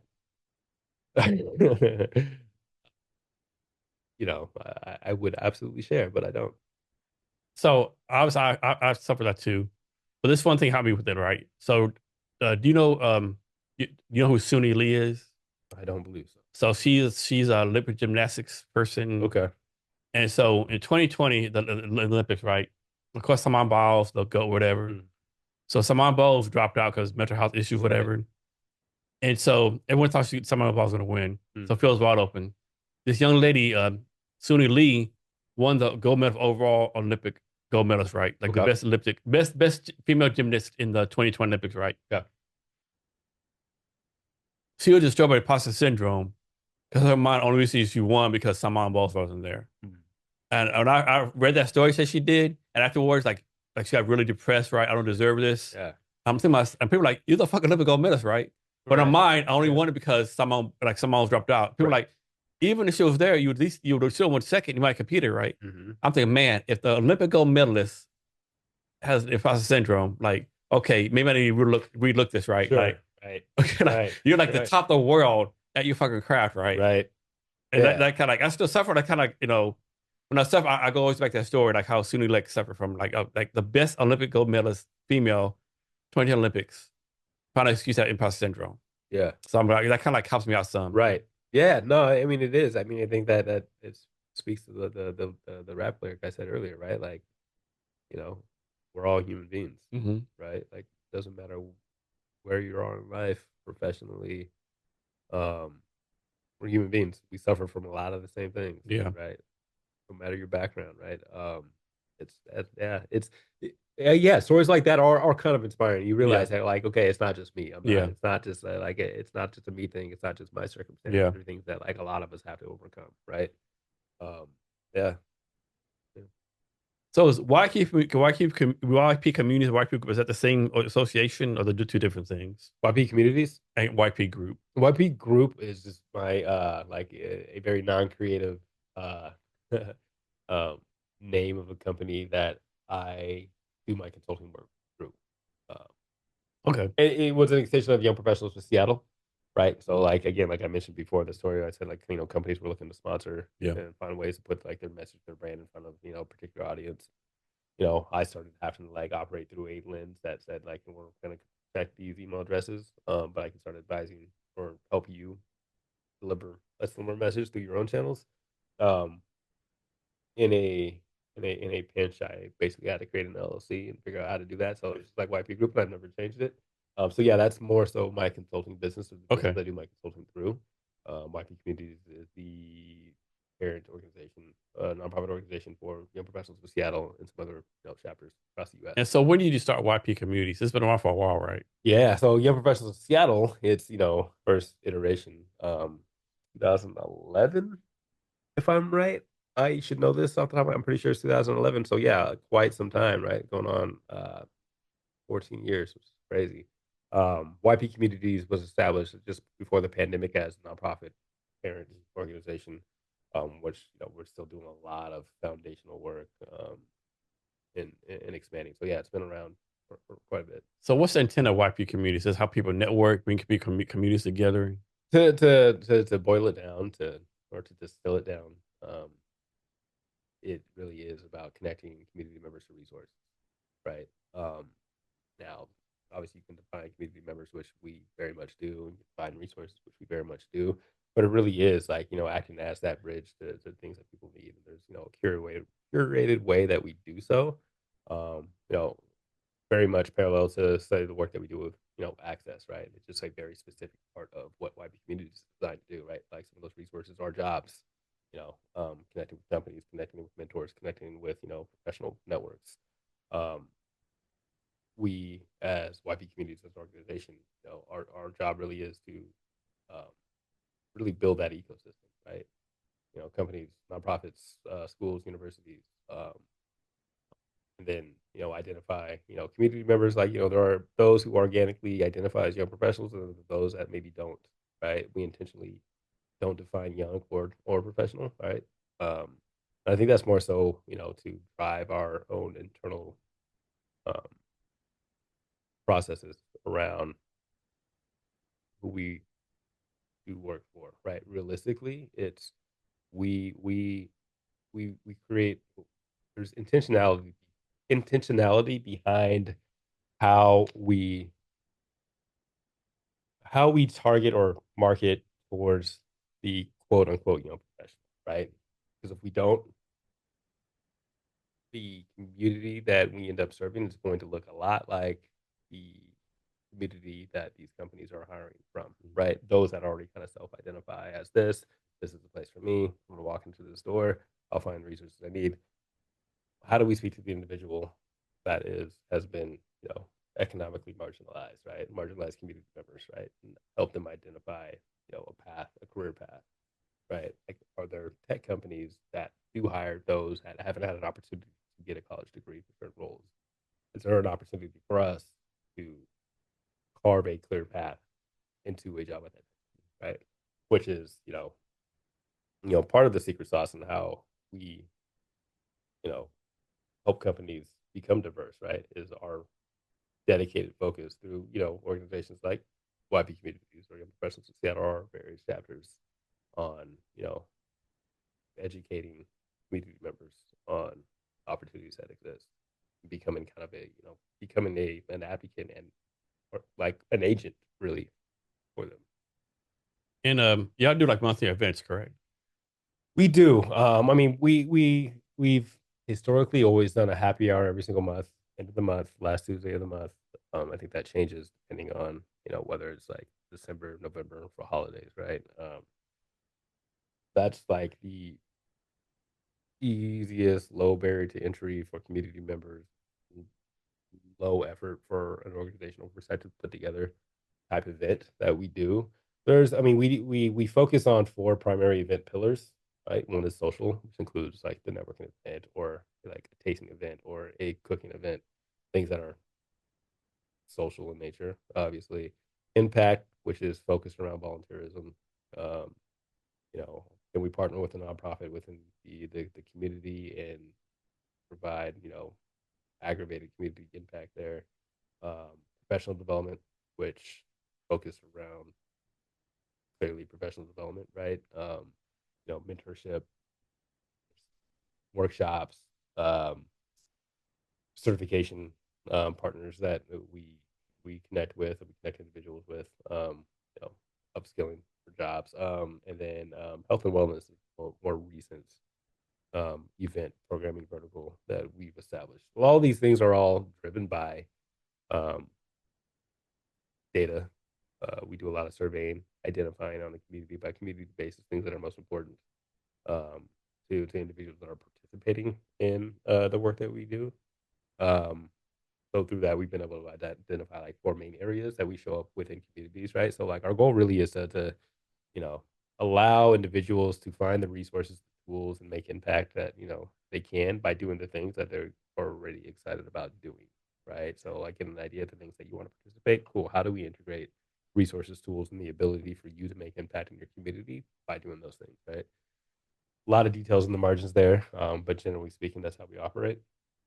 And y'all did an event, I think, in July 4th weekend at Seafair. Y'all had like was selling like a beer and stuff like that, like for a fundraiser. How Yeah, that that was turn out? more so like that was more so a fundraiser for our own organization. So we Mhm. partnered. We were lucky enough to be able to partner with Seafair, where we staffed beer gardens. Our organization were able to staff beer gardens, and Seafair donated the tips to the Seattle organization. Um, so that was, I mean, it was less of an event. It was more so just like work done by our team to be able to raise funds for ourselves, right? We our program design is done intentionally to remove as many barriers to entry as possible, which means we don't charge community members. right? Like we don't intend to generate revenue from individuals that we try to serve. So we look at opportunities like that to, cover our overhead, our expenses. Um, we are, in the middle of forming some revenue models, all right? Like, historically we've been supported through sponsorship, which, through a lot of work have found that works. It's fine, it can cover overhead, but like that doesn't create the ability for an organization like us to scale, right? Like, you've got to have forecastable revenue, and also you've got to be able to provide or identify, you know, what particular value it is for somebody that wants to sponsor, right? Like, what are you looking for, right? Companies, of course, will say, "Oh, I want to give to the community," but is that really what they want, right? Like they, if there's not value, then that support doesn't exist in a scalable fashion. So we are in the middle of, I mean, we're actually at like very close to launching uh, a revenue model that's built more around partnership Mm-hmm. and membership for companies that truly want to support the initiatives that we do within the community that provide tangible value to, the things that are important to them as well.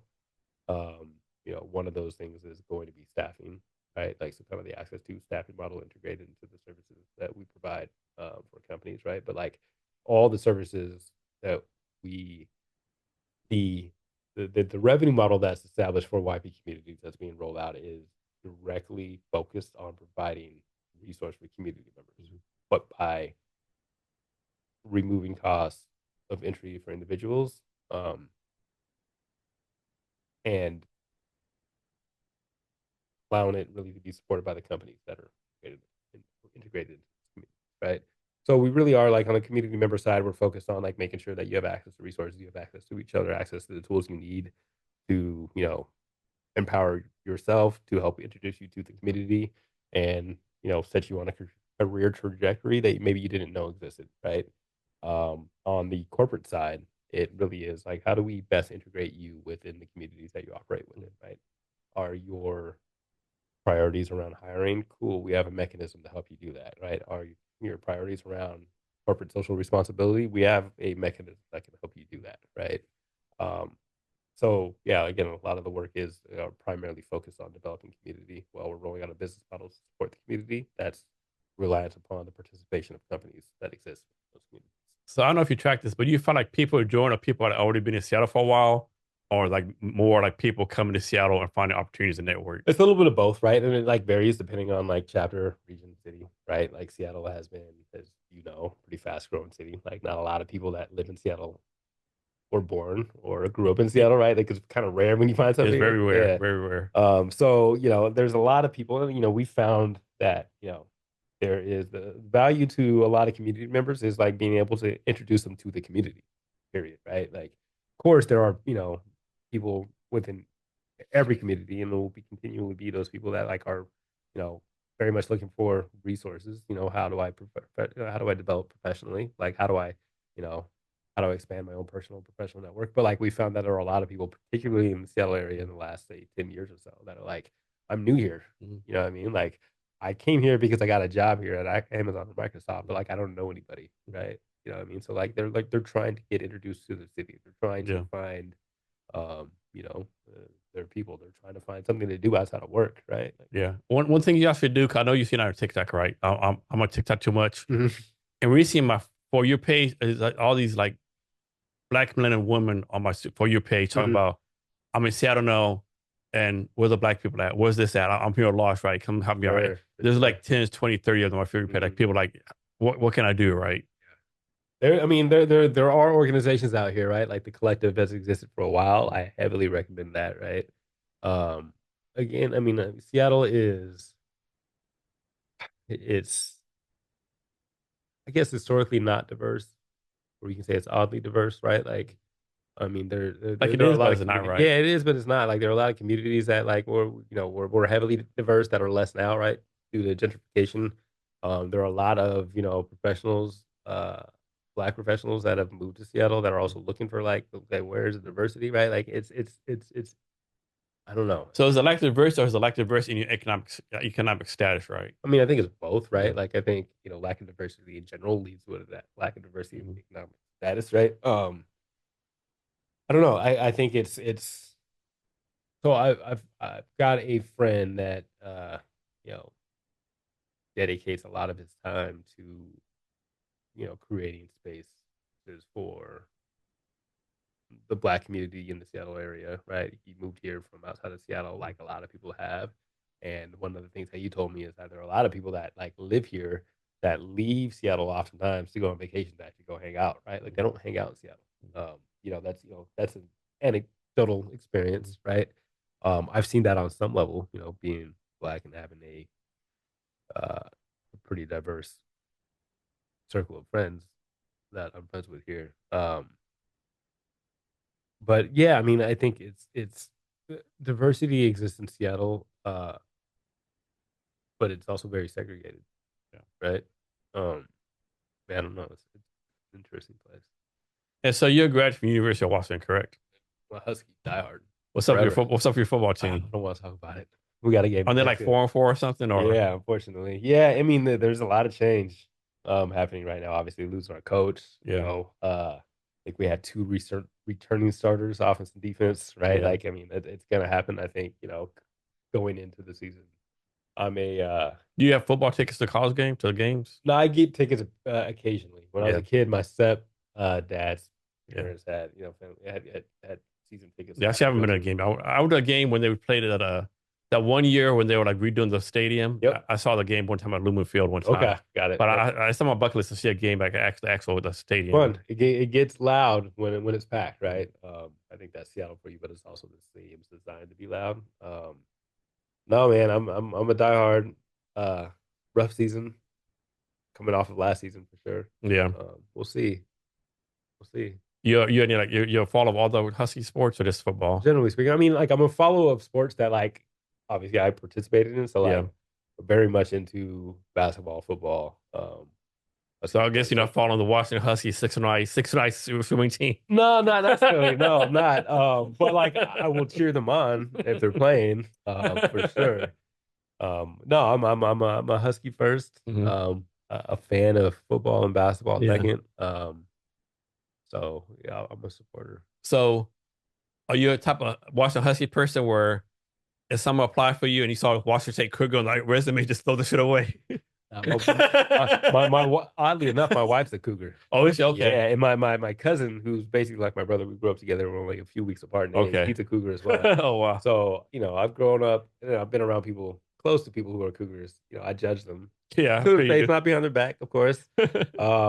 It's funny. I joke about this a lot with them, particularly that like I don't cheer against the Cougars, Yeah. right? Like we kind of look at them as like little brothers. Like Yeah. they hate us Hmm. and they get angry with us. We don't really dislike them, but we also kind of disregard them, Yeah. right? It's a joke, of course, right? Yeah. Um, but I really dislike the Ducks.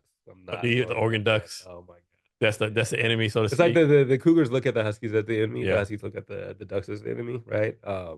Again, that's not to be dismissive of Cougars. It's all fun Yeah. and games when we talk, like that. But like, I'm not a Duck fan at all. And so talk about this. I don't think people realize how of a great university Washington is, right? I know they have like one of the top computer science programs, one of the top human centered design programs, top business programs. Like it's Healthcare, everything at the top. Like yeah, people don't realize like how good that school right. is. Well, I mean, I think that's also, I mean, they're in part responsible for a lot of the growth that we've seen in the city too, particularly with like the young professional age. Like there are a lot of people that move here for school.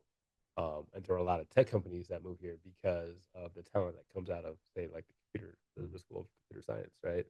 So yeah, I mean, it's absolutely like I think you look at rankings, academic rankings of schools across the world. That UW always ranks in like top 5 of public schools, right? Like and like they rank oftentimes top 10 of all schools, which include Ivy League schools across the world, right? Like I mean, it's clearly I'm a Husky and I'm biased, right? But like there's it's it, it legitimately a great academic school. It is. Like you're not gonna apply on Monday and get accepted on Tuesday when you're in Washington, right? No, it's I mean, back even when I was applying, it was extraordinarily competitive It's to get yeah, into real the school. competitive. Running joke again, like I don't hate the Cougars, but I love reminding my wife of this and that uh the one thing that a husky and cougar have in common is they both applied to get into UW. Which she loves to tell me that she didn't apply to get into UW because she didn't want to go to UW. She Oh wanted to go man, to that's ASU. funny. Running joke, of course. But no, I mean And University then of Washington has been part two of the good. joke: no one who has to the University of Washington applied to Washington State. Right.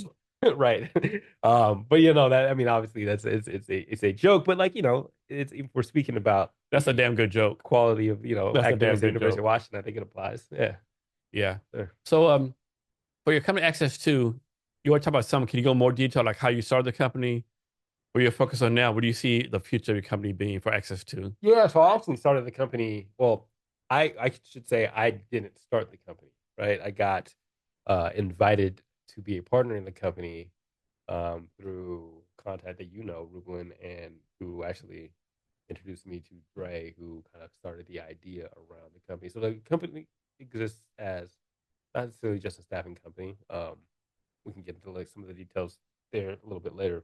But like the way I found even Rublin was through a lot of the work of say young professionals in Seattle. I think I mentioned to you before, being extraordinarily curious on corporate side, like why are companies looking to work or give money to this organization, right? Like what's important to them, and it was always, you know, brand recognition, marketing, or hiring. How do I hire from this database of people? So for me, I'm like, I'm not gonna become a recruiter. That's, I can't attempt to be great at a whole bunch of things, right? Like that. But like, it would make sense that we somehow integrated a mechanism that connected people to jobs because this is what companies are looking for.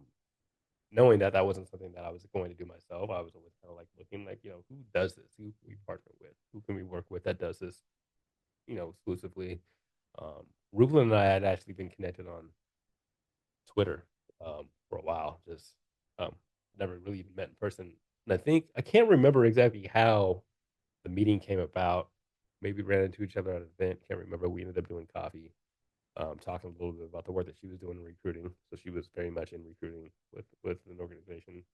So we talked a little bit about young professionals in Seattle, where things were going, where some of the gaps were that I saw in my work, some of the stuff that she was doing, things that she saw important.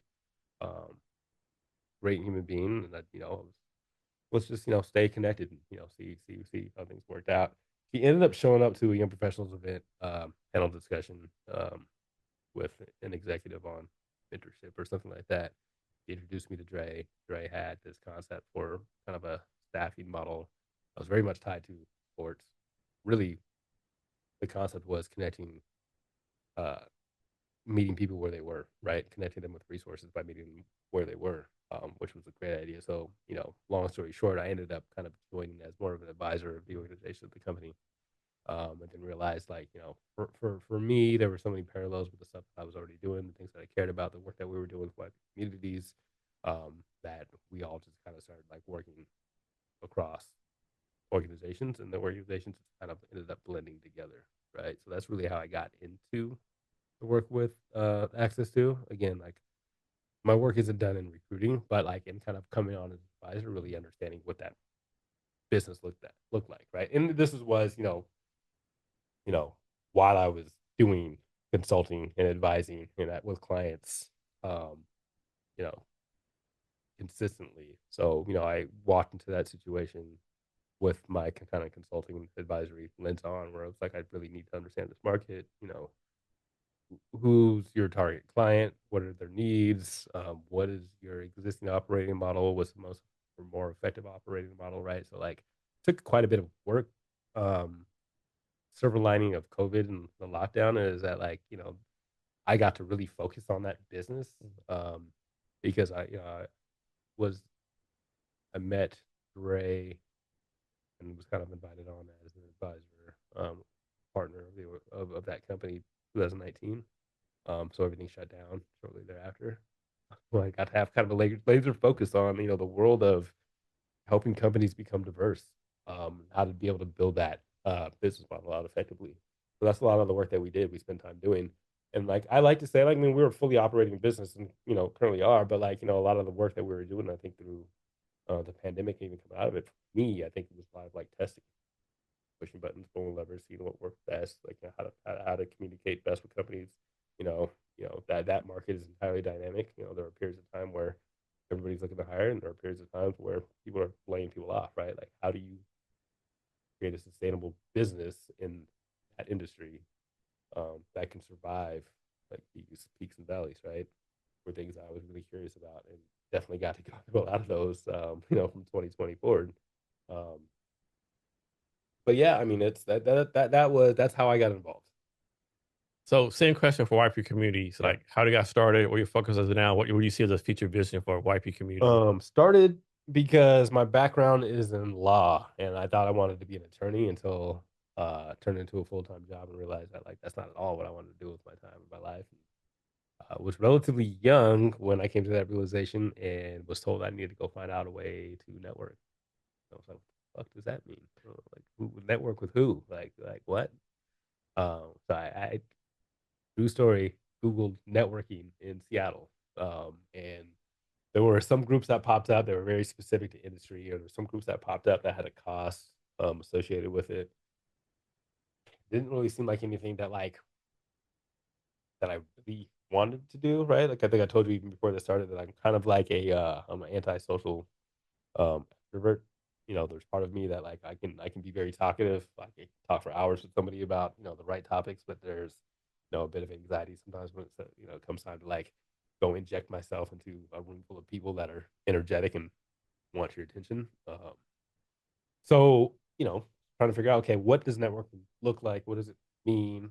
Realized really quickly there was nothing really in Seattle that made a lot of sense to me. So long story short, decided, young ambitious, like I could start something on my own. So I did. Snowballed. I ended up finding my way into tech. I met a tech recruiter at one of those events for the organization. So yeah, it grew. And again, like I said, like being extraordinarily curious, like why are people showing up? Like we were doing a monthly happy hour. And literally, it was just happy hour. We intentionally said no name tags, no sales pitches. Show up, have a drink. Like, why are people showing up? We're getting like 100, 150 people at like, per event. Like, what are you looking for? Like, how did you find us? What do you want? Like, why are you here? Right. Like, so constantly surveying, trying to identify like, like, you know, one, like why this is seemingly working. And then like, what is there an opportunity to provide something, right? Like, what are people actually looking for? And then, again, being curious on the corporate side, once companies started reaching out, like, hey, we want to sponsor. It's like, well, I didn't build this as a business. What do you sponsor? What? Like, what does that mean to you? Realizing that, like, there was a very apparent gap between individuals that were joining this organization, participating and willingly giving their contact information to us, and the companies that were trying to integrate themselves into that community as well. And yeah, I think I am just sometimes I think problematic. Like I'm a problem solver. Like I feel like I see a problem and I want to dive into it and solve it. I want to figure it out myself. So right, like again, full time employee, but I'm also like, how do I solve this problem? There's a puzzle that can be put together, and there's a bunch of pieces that I'm identifying. Like, how do we make this work? So it really was. I mean, over time, again, doing this part time, with people, team members that would come and go, realizing that there was an opportunity to really continue to make an impact and really start identifying, like, okay, here are the people that are showing up, but why are other people not showing up? Right? Like, why are some of these events not nearly as diverse as um, I think they should be? Um, so we really started focusing on, I think, kind of around the pandemic time too. It's like, well, actually, it was largely around the pandemic. Before the pandemic, I realized that there was a problem. And the problem was that there was a lack of diversity and participation in some of the stuff that we were trying to do, right? Like we really identified, you know, earlier on that, our value to the communities that we serve is that we had to as kind of a connector, as a platform to connect people, right? But then realizing that like, are we really connecting everybody? We have those happy hours, move all barriers to entry with the intentions of being inclusive. But if we're not intentional about what inclusivity looks like or what diversity looks like, and are we really servicing the community? Or are we servicing a segment of the community? Right. So we realized, and I think the shutdown provided a silver lining in that respect as well. We actually got to start looking at data and information, like who are we targeting, how are we targeting, who's responding, who's not responding, right? What's important to us? Like, do we exist just to exist, right? Like, you know what I mean? Like, we need to be intentional about the work that we're doing, especially as we're like, okay, we we want to make ourselves a 501(c)(3), and I think, well, not I think, like it largely we did that because we wanted to make sure that we were focused on community. We weren't focused on revenue, right? 501(c)(3), we're not doing the things the companies wanted us to do. We're just like, okay, we've been bootstrapped from the very beginning. Like it's been self-funded or we were funded by, we used to do like an annual anniversary party. Started to slightly do away with that because we charged ticket price for that. Didn't feel good about that after a certain point in time, especially the pandemic coming out of that. We're like, it's kind of exclusive, right? Like if we're using that as fundraisers, like we should be looking at companies that like really want to be part of what we're doing, to support what we're doing. But yeah, no, I mean, I think the pandemic really helped force, or I don't even think force, like it really gave us the capacity to focus on ensuring that we were intentional with everything that we did. Every event type was intentional. Campaigns around event types were intentional, right? The end goal about everything that we did, like developing a mission, a vision, kind of a north star, and making sure that all of our activities aligned with that um, intentionality, right? Like I think that helped us. I mean, it definitely helped us become better servants to the community, and thereby, you know, better partners to the companies that truly intend on being value adds to the community, right? So, how do you protect your community members, right? 'Cause I'm sure you get a lot of sponsor people want to sponsor, right? How do you make sure this sponsor is like? How do you vet them? Make sure they're gonna kind of scam your people. Like, how do you like do all that kind of stuff, right? Well, like we integrate the companies in a fairly templated fashion, right? Like, and it all is around like the programming that we've developed. Some of our programming templated out, right? So it's like a company wants to be a corporate member, they pay an annual fee to do so. What that gives them, really, I mean, kind of parts like a logo, description, a link on our website, right? But we also integrate them into a lot of the event programming we do, right? There's a heavy element of mentorship through all of our programming. That's vitally important. Um, Companies are then required to provide, depending on the size of the company, mentors to the community that have dedicated mentor hours, right? So I'm an individual that works for Starbucks headquarters and I work in graphic design, right? And I've got 6 or 7 years of experience. Starbucks is a community, say a community or corporate member of YP Community. They support us on an annual basis. This senior level graphic designer has allocated, 10 mentorship hours per year with the organization, which means they can participate in panel discussions about, things that are topical. So we have a team that kind of like looks through our database of mentors, through our corporate members, and says, cool, we can put together a panel on this topic. Say it's marketing, but we've got like, a senior graphic designer at Starbucks, right? So like Starbucks then is able to allocate, say, 2 mentorship hours to the organization through the event that they do, right? They also can have, through calendar technology that we're kind of working on right now, set up a profile within our website that we're developing right now that says, here are the hours that I'm available to do like a one-on-one mentorship for anybody that's interested in getting into graphic design or trying to figure out what it looks like to work at Amazon, right? So we find avenues for these corporate members or these companies to integrate themselves into the community, but in ways that we've already kind of determined through surveying that's relevant to community members, right? So it's not just like we can host an event at Starbucks and they're going to sell you all their coffee and then pitch you on, applying for a job here, Mhm. as a barista or at HQ, right? Like we're not really doing because say Starbucks pays us, right? Like this is hypothetical, generally speaking, right? Because they pay us, we're not going to do exactly what they ask. We have a templated model in how you integrate into that as a platform. Can you talk about what you're doing for WTIA right now? Yeah, so I'm on the advisory board, startup advisory board, right? So they have cohorts that join. We pause. I can use the restroom real quick. Yeah, yeah. Okay, cool. Hold You gotta use a key. It's right over Yeah, yeah.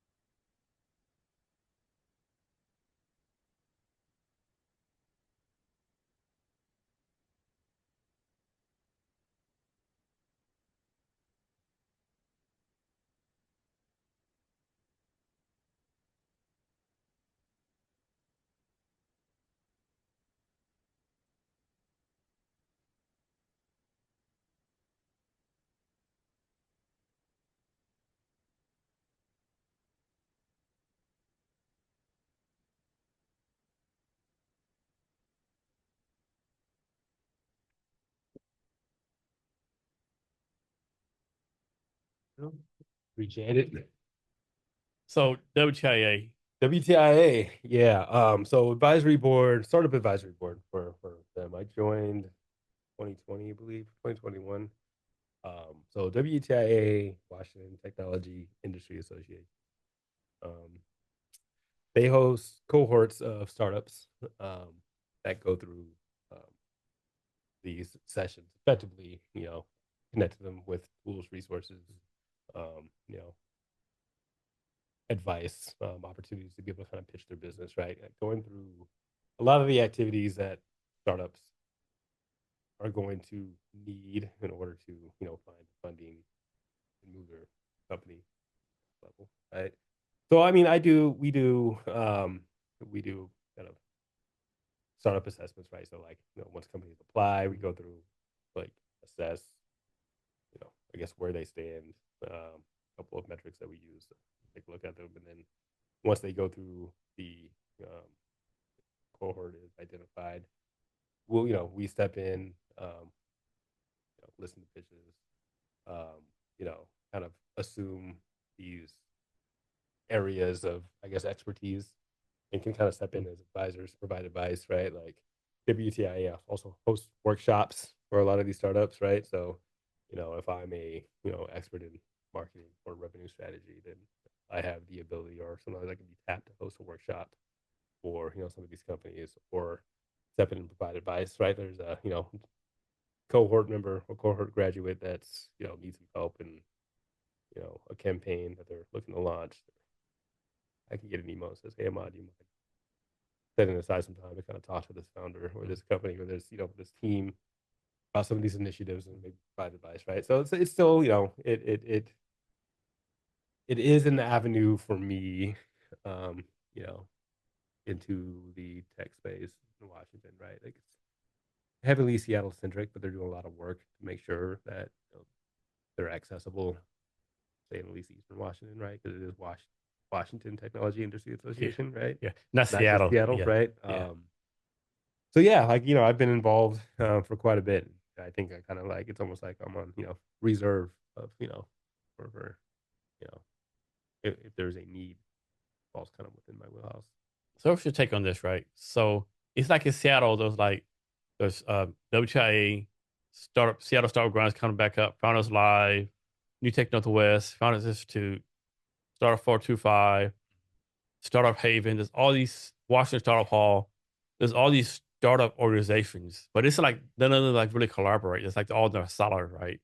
Why do Yeah, you think and that I think is? that's That we talked about this a little bit earlier too, yeah, right? like It's the just nonprofit thing. yeah, it's like the nonprofit thing or people that are designed to like serve popular needs Mhm. within a particular region, right? Like we're very tech heavy here, so there are a lot of people with ideas around startups, how to start startups. I mean, WTI has been around for decades. I mean, like they service, the industry for quite some time, right?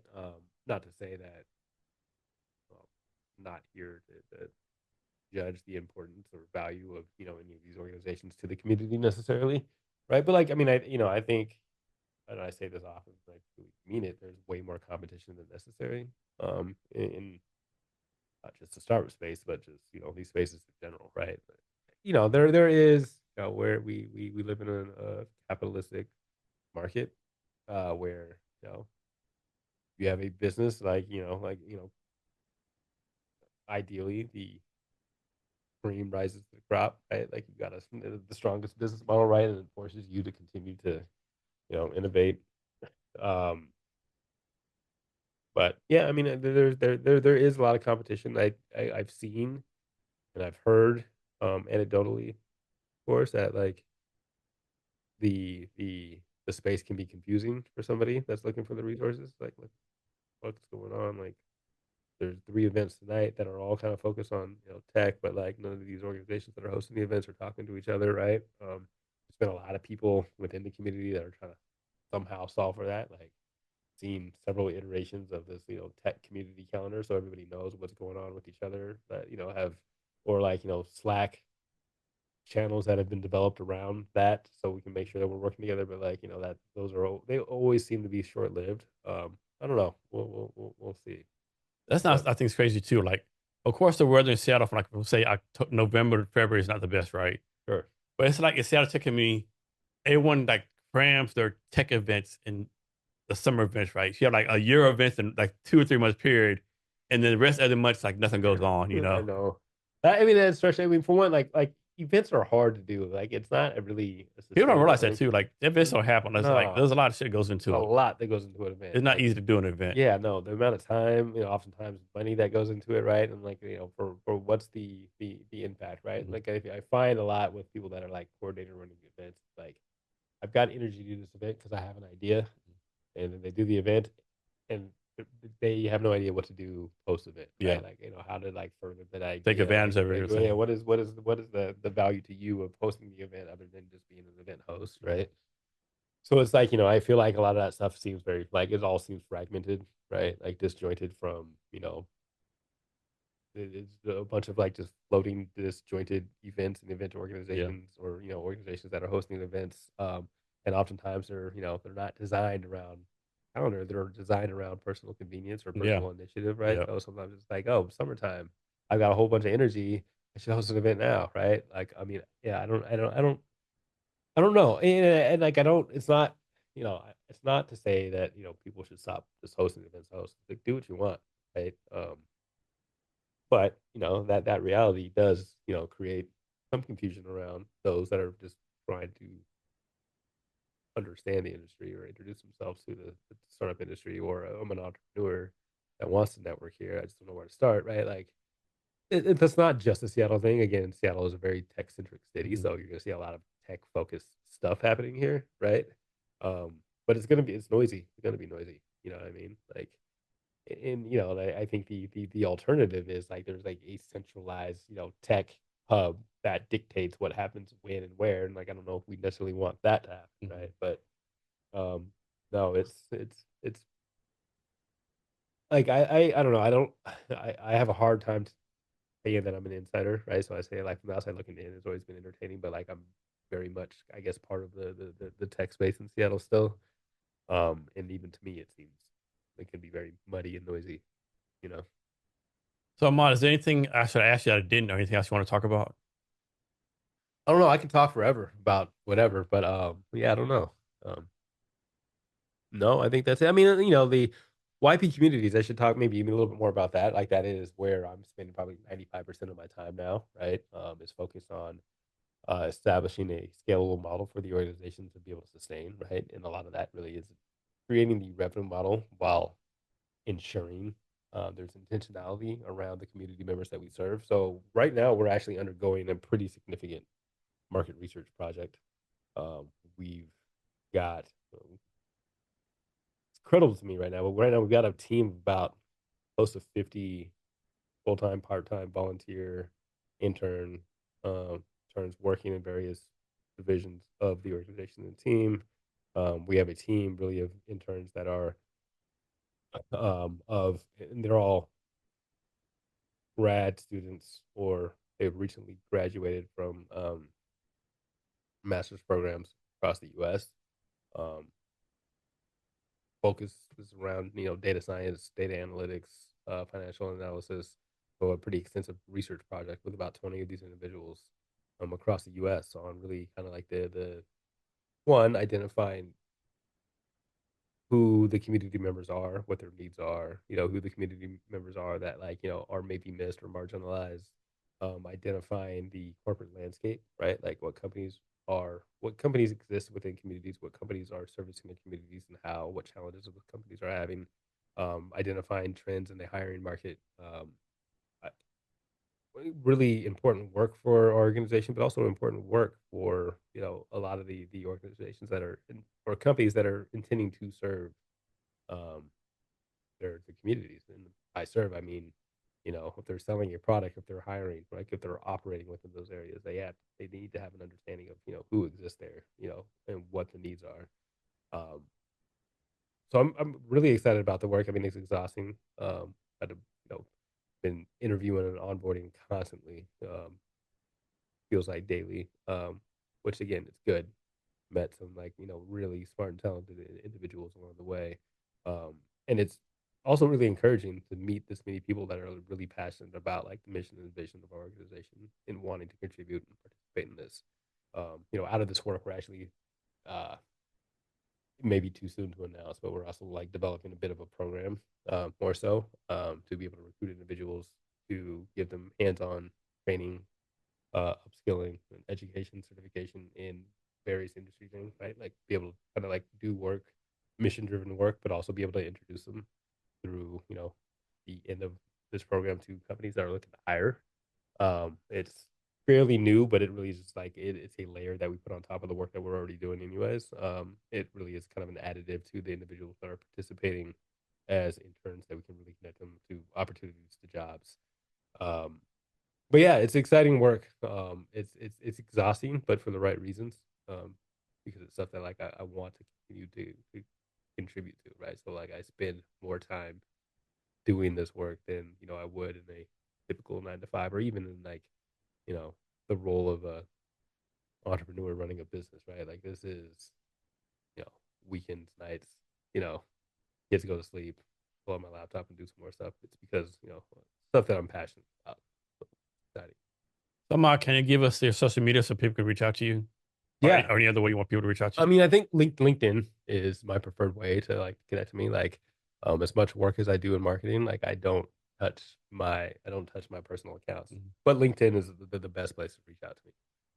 I don't know my exact LinkedIn Yeah, I'll URL, put but the it's link in there. Ahmad Corner. Yeah, Yeah. if you can find it, yeah, definitely share. Reach out to me on LinkedIn. Okay. Yeah, And before we get out of here, can you give us any last minute advice or wisdom or anything you want to talk about? man. Um, Not a person of few words very often. Um, but I mean, I really, it's stay curious, right? Like, don't be afraid to ask questions. Don't be afraid to approach a person and ask anything that you're curious about. But stay curious. Ahmad, thanks for your time today. Really appreciate it. Thank you. I appreciate it.